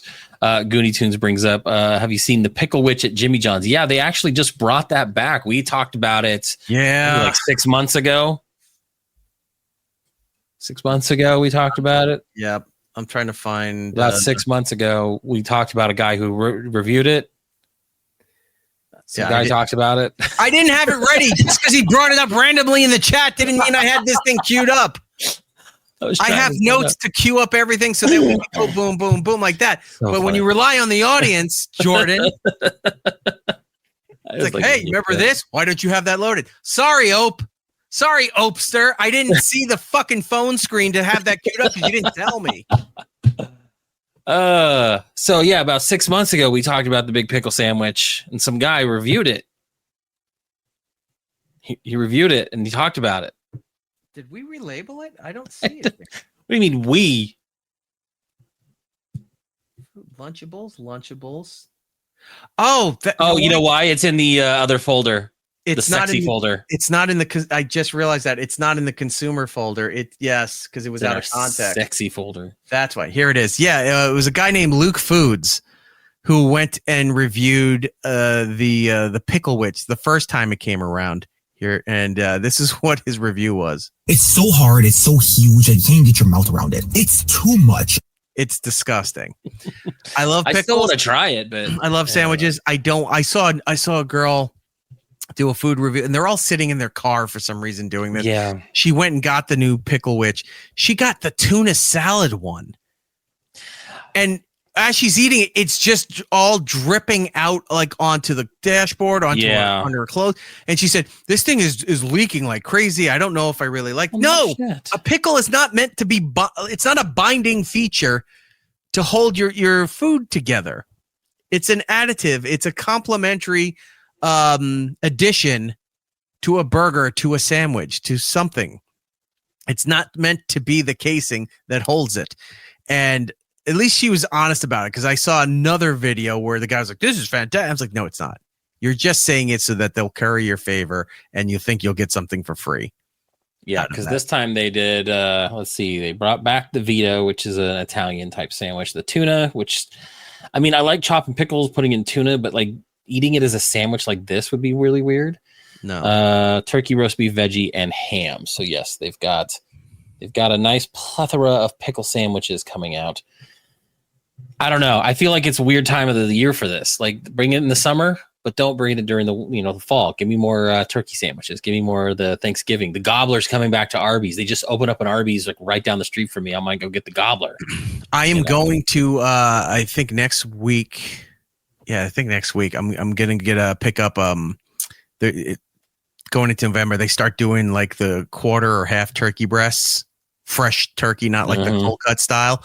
I'm going to pick one up and make my own gobbler with that new stovetop Thanksgiving stuffing that they have there that's mixed with the cranberry, with the craisins in there. So I'll give that a try. I will let you know. Sound the Sirens in the chat saying, "I hate pickles." I don't know many people that hate pickles. I know this dummy right there that doesn't like olives, but I don't know anybody else who doesn't like pickles. Usually that's not a... I know people who are too obsessed with pickles, like they are with bacon. Like they think it's cute and cool that everything has to have bacon, or they've got bacon fixtures in their house or in their kitchen stuff. I don't need pickle displays everywhere. Pickles are fantastic. I can sit there and eat a jar of those giant Clausen spheres. Oh my God, yeah. Spears, yes, big giant pickle balls. There's Britney Spears. I was pausing so that somebody could isolate that. You know what I'm talking about? The big Clausen container. I could sit there and you eat half of that just while watching a movie. Oh, fantastic. I was going to say, I don't think it's Giddles. I think it might be Rob. And if he's still in the chat, please let me know. I don't think he likes olives either. I think you're the minority here. No, I still think it's you. Oh, I still think it's olives. You. Chips and Sips ever have capers? They're very gross too. I'm not. Giddles loved capers, really? But he also said it depends what meal that you're serving them with. Like a chicken piccata, maybe. It has to be complimentary. Yeah, I think eating, because they're very bitter, if I remember correctly. I think they're part of the olive family. I think that's one of them. They got to be complimentary to a meal in order to enjoy them. I don't think you just sit there and open up a container of capers and shove a spoon right in there and go to town on it. I don't think it works that way. Woodpit also doesn't like olives. All right, I see you'll get olives are vile. Well, that's Hollywood agent Rob Stark. See, yeah, his opinion is take it for what it's worth. Jared the Geek, I hate bad pickles when they are sad, limp green discs on a burger. Yeah, I hate those too. Sometimes you get the pickles, the whole pickles, and you bite into it, and it's like, this doesn't even taste. It doesn't taste like kosher. It doesn't taste sour. It's just off. And you bite into a giant mushy pickle, and you're like, all right, I'm throwing this at whoever owns this place because this is unacceptable. We had talked about you sending the box of goodies, and I forgot because it's sitting right next to me. So since we're talking about pickles, you had sent me the Bowl and Basket spicy dill pickle chips. Right. Now, I'm not a huge kettle chip person. Sometimes I don't like the texture. But Bowl and Basket is some of my favorite chips, and they're not located here on the West Coast. You get these for me. I've never tried this. I haven't either. I have them. Do you have them? I have them. I have a whole thing I'm going to do.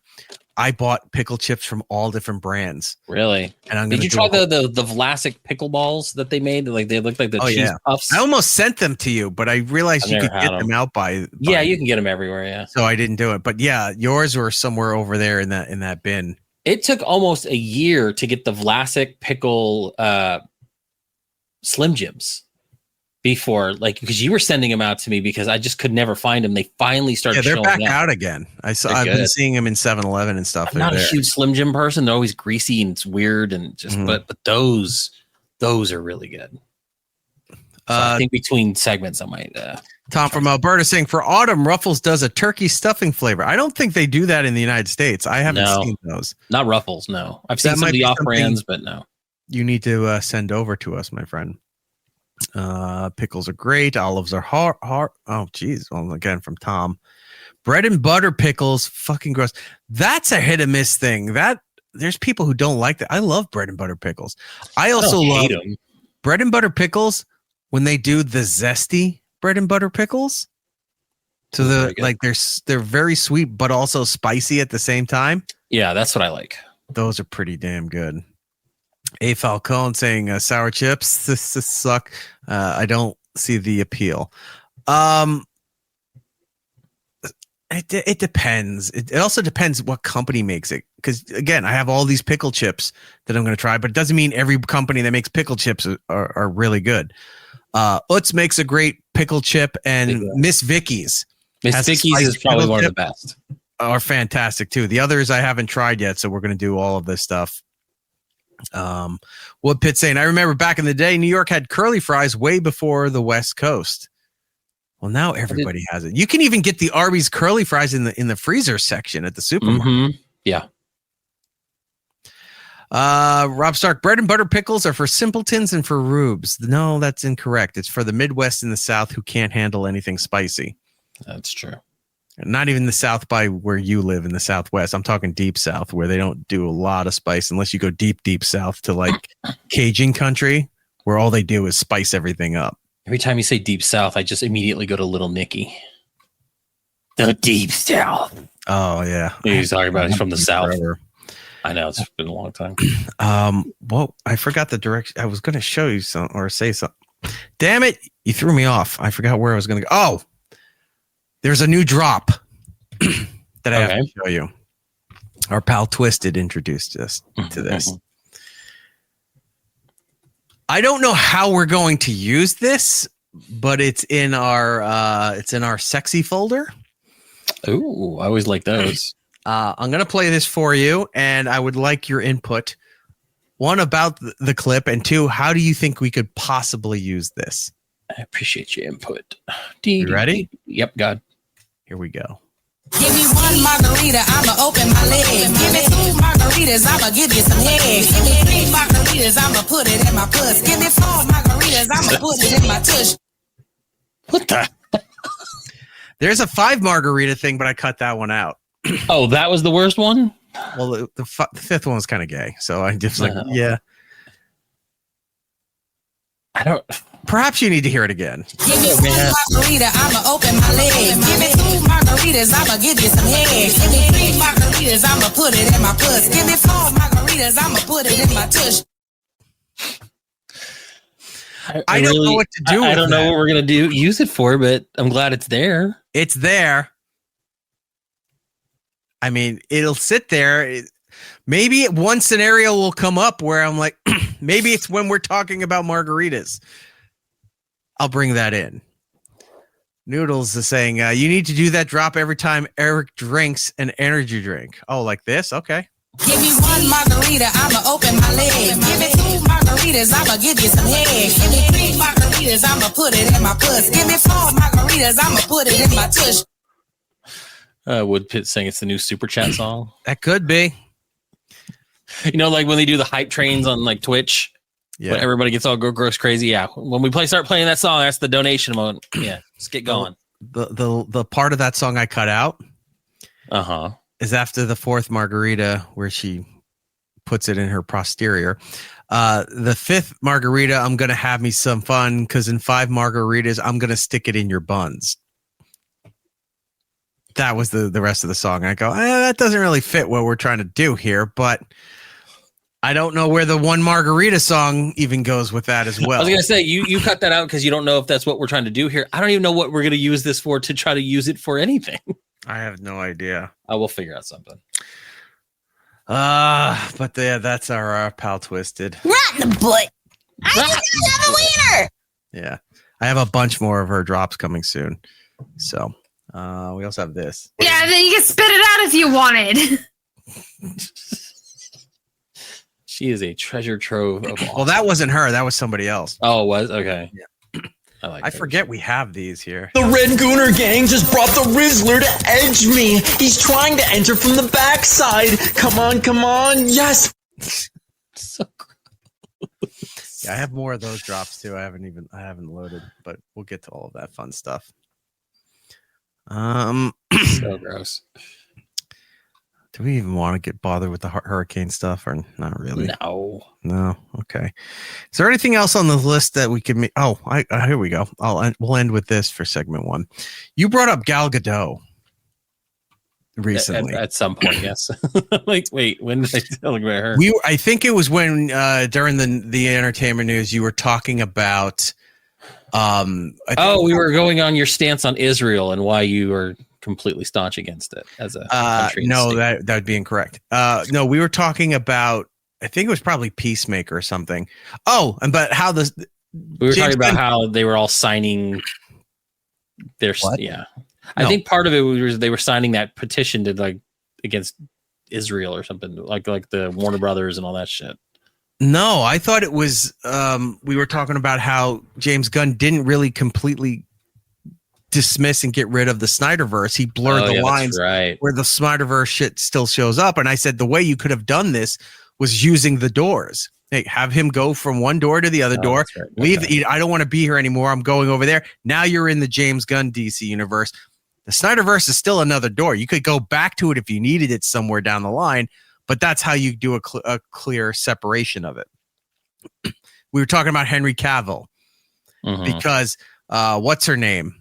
Harcourt is technically Black Adam is in this universe because she's in the Black Adam movie. And then you said, oh, that means Henry Cavill is still part of it because he was Superman in that movie. And that means all this other shit. And I think that's what led to Gal Gadot. That's right. Well, you were talking about her acting and how terrible her acting is. So bad. What was the line that you were saying? Kal-El, no. Yeah, that and she goes, it's enough champagne to fill the night. And she's like so bad. Yeah. Or like one of my favorites is let's see. It's from the second Wonder Woman. She's like, she jumps on the front of the car and she goes, Max Lord, give me the stone. And I'm like, oh God, I can't believe this is a movie.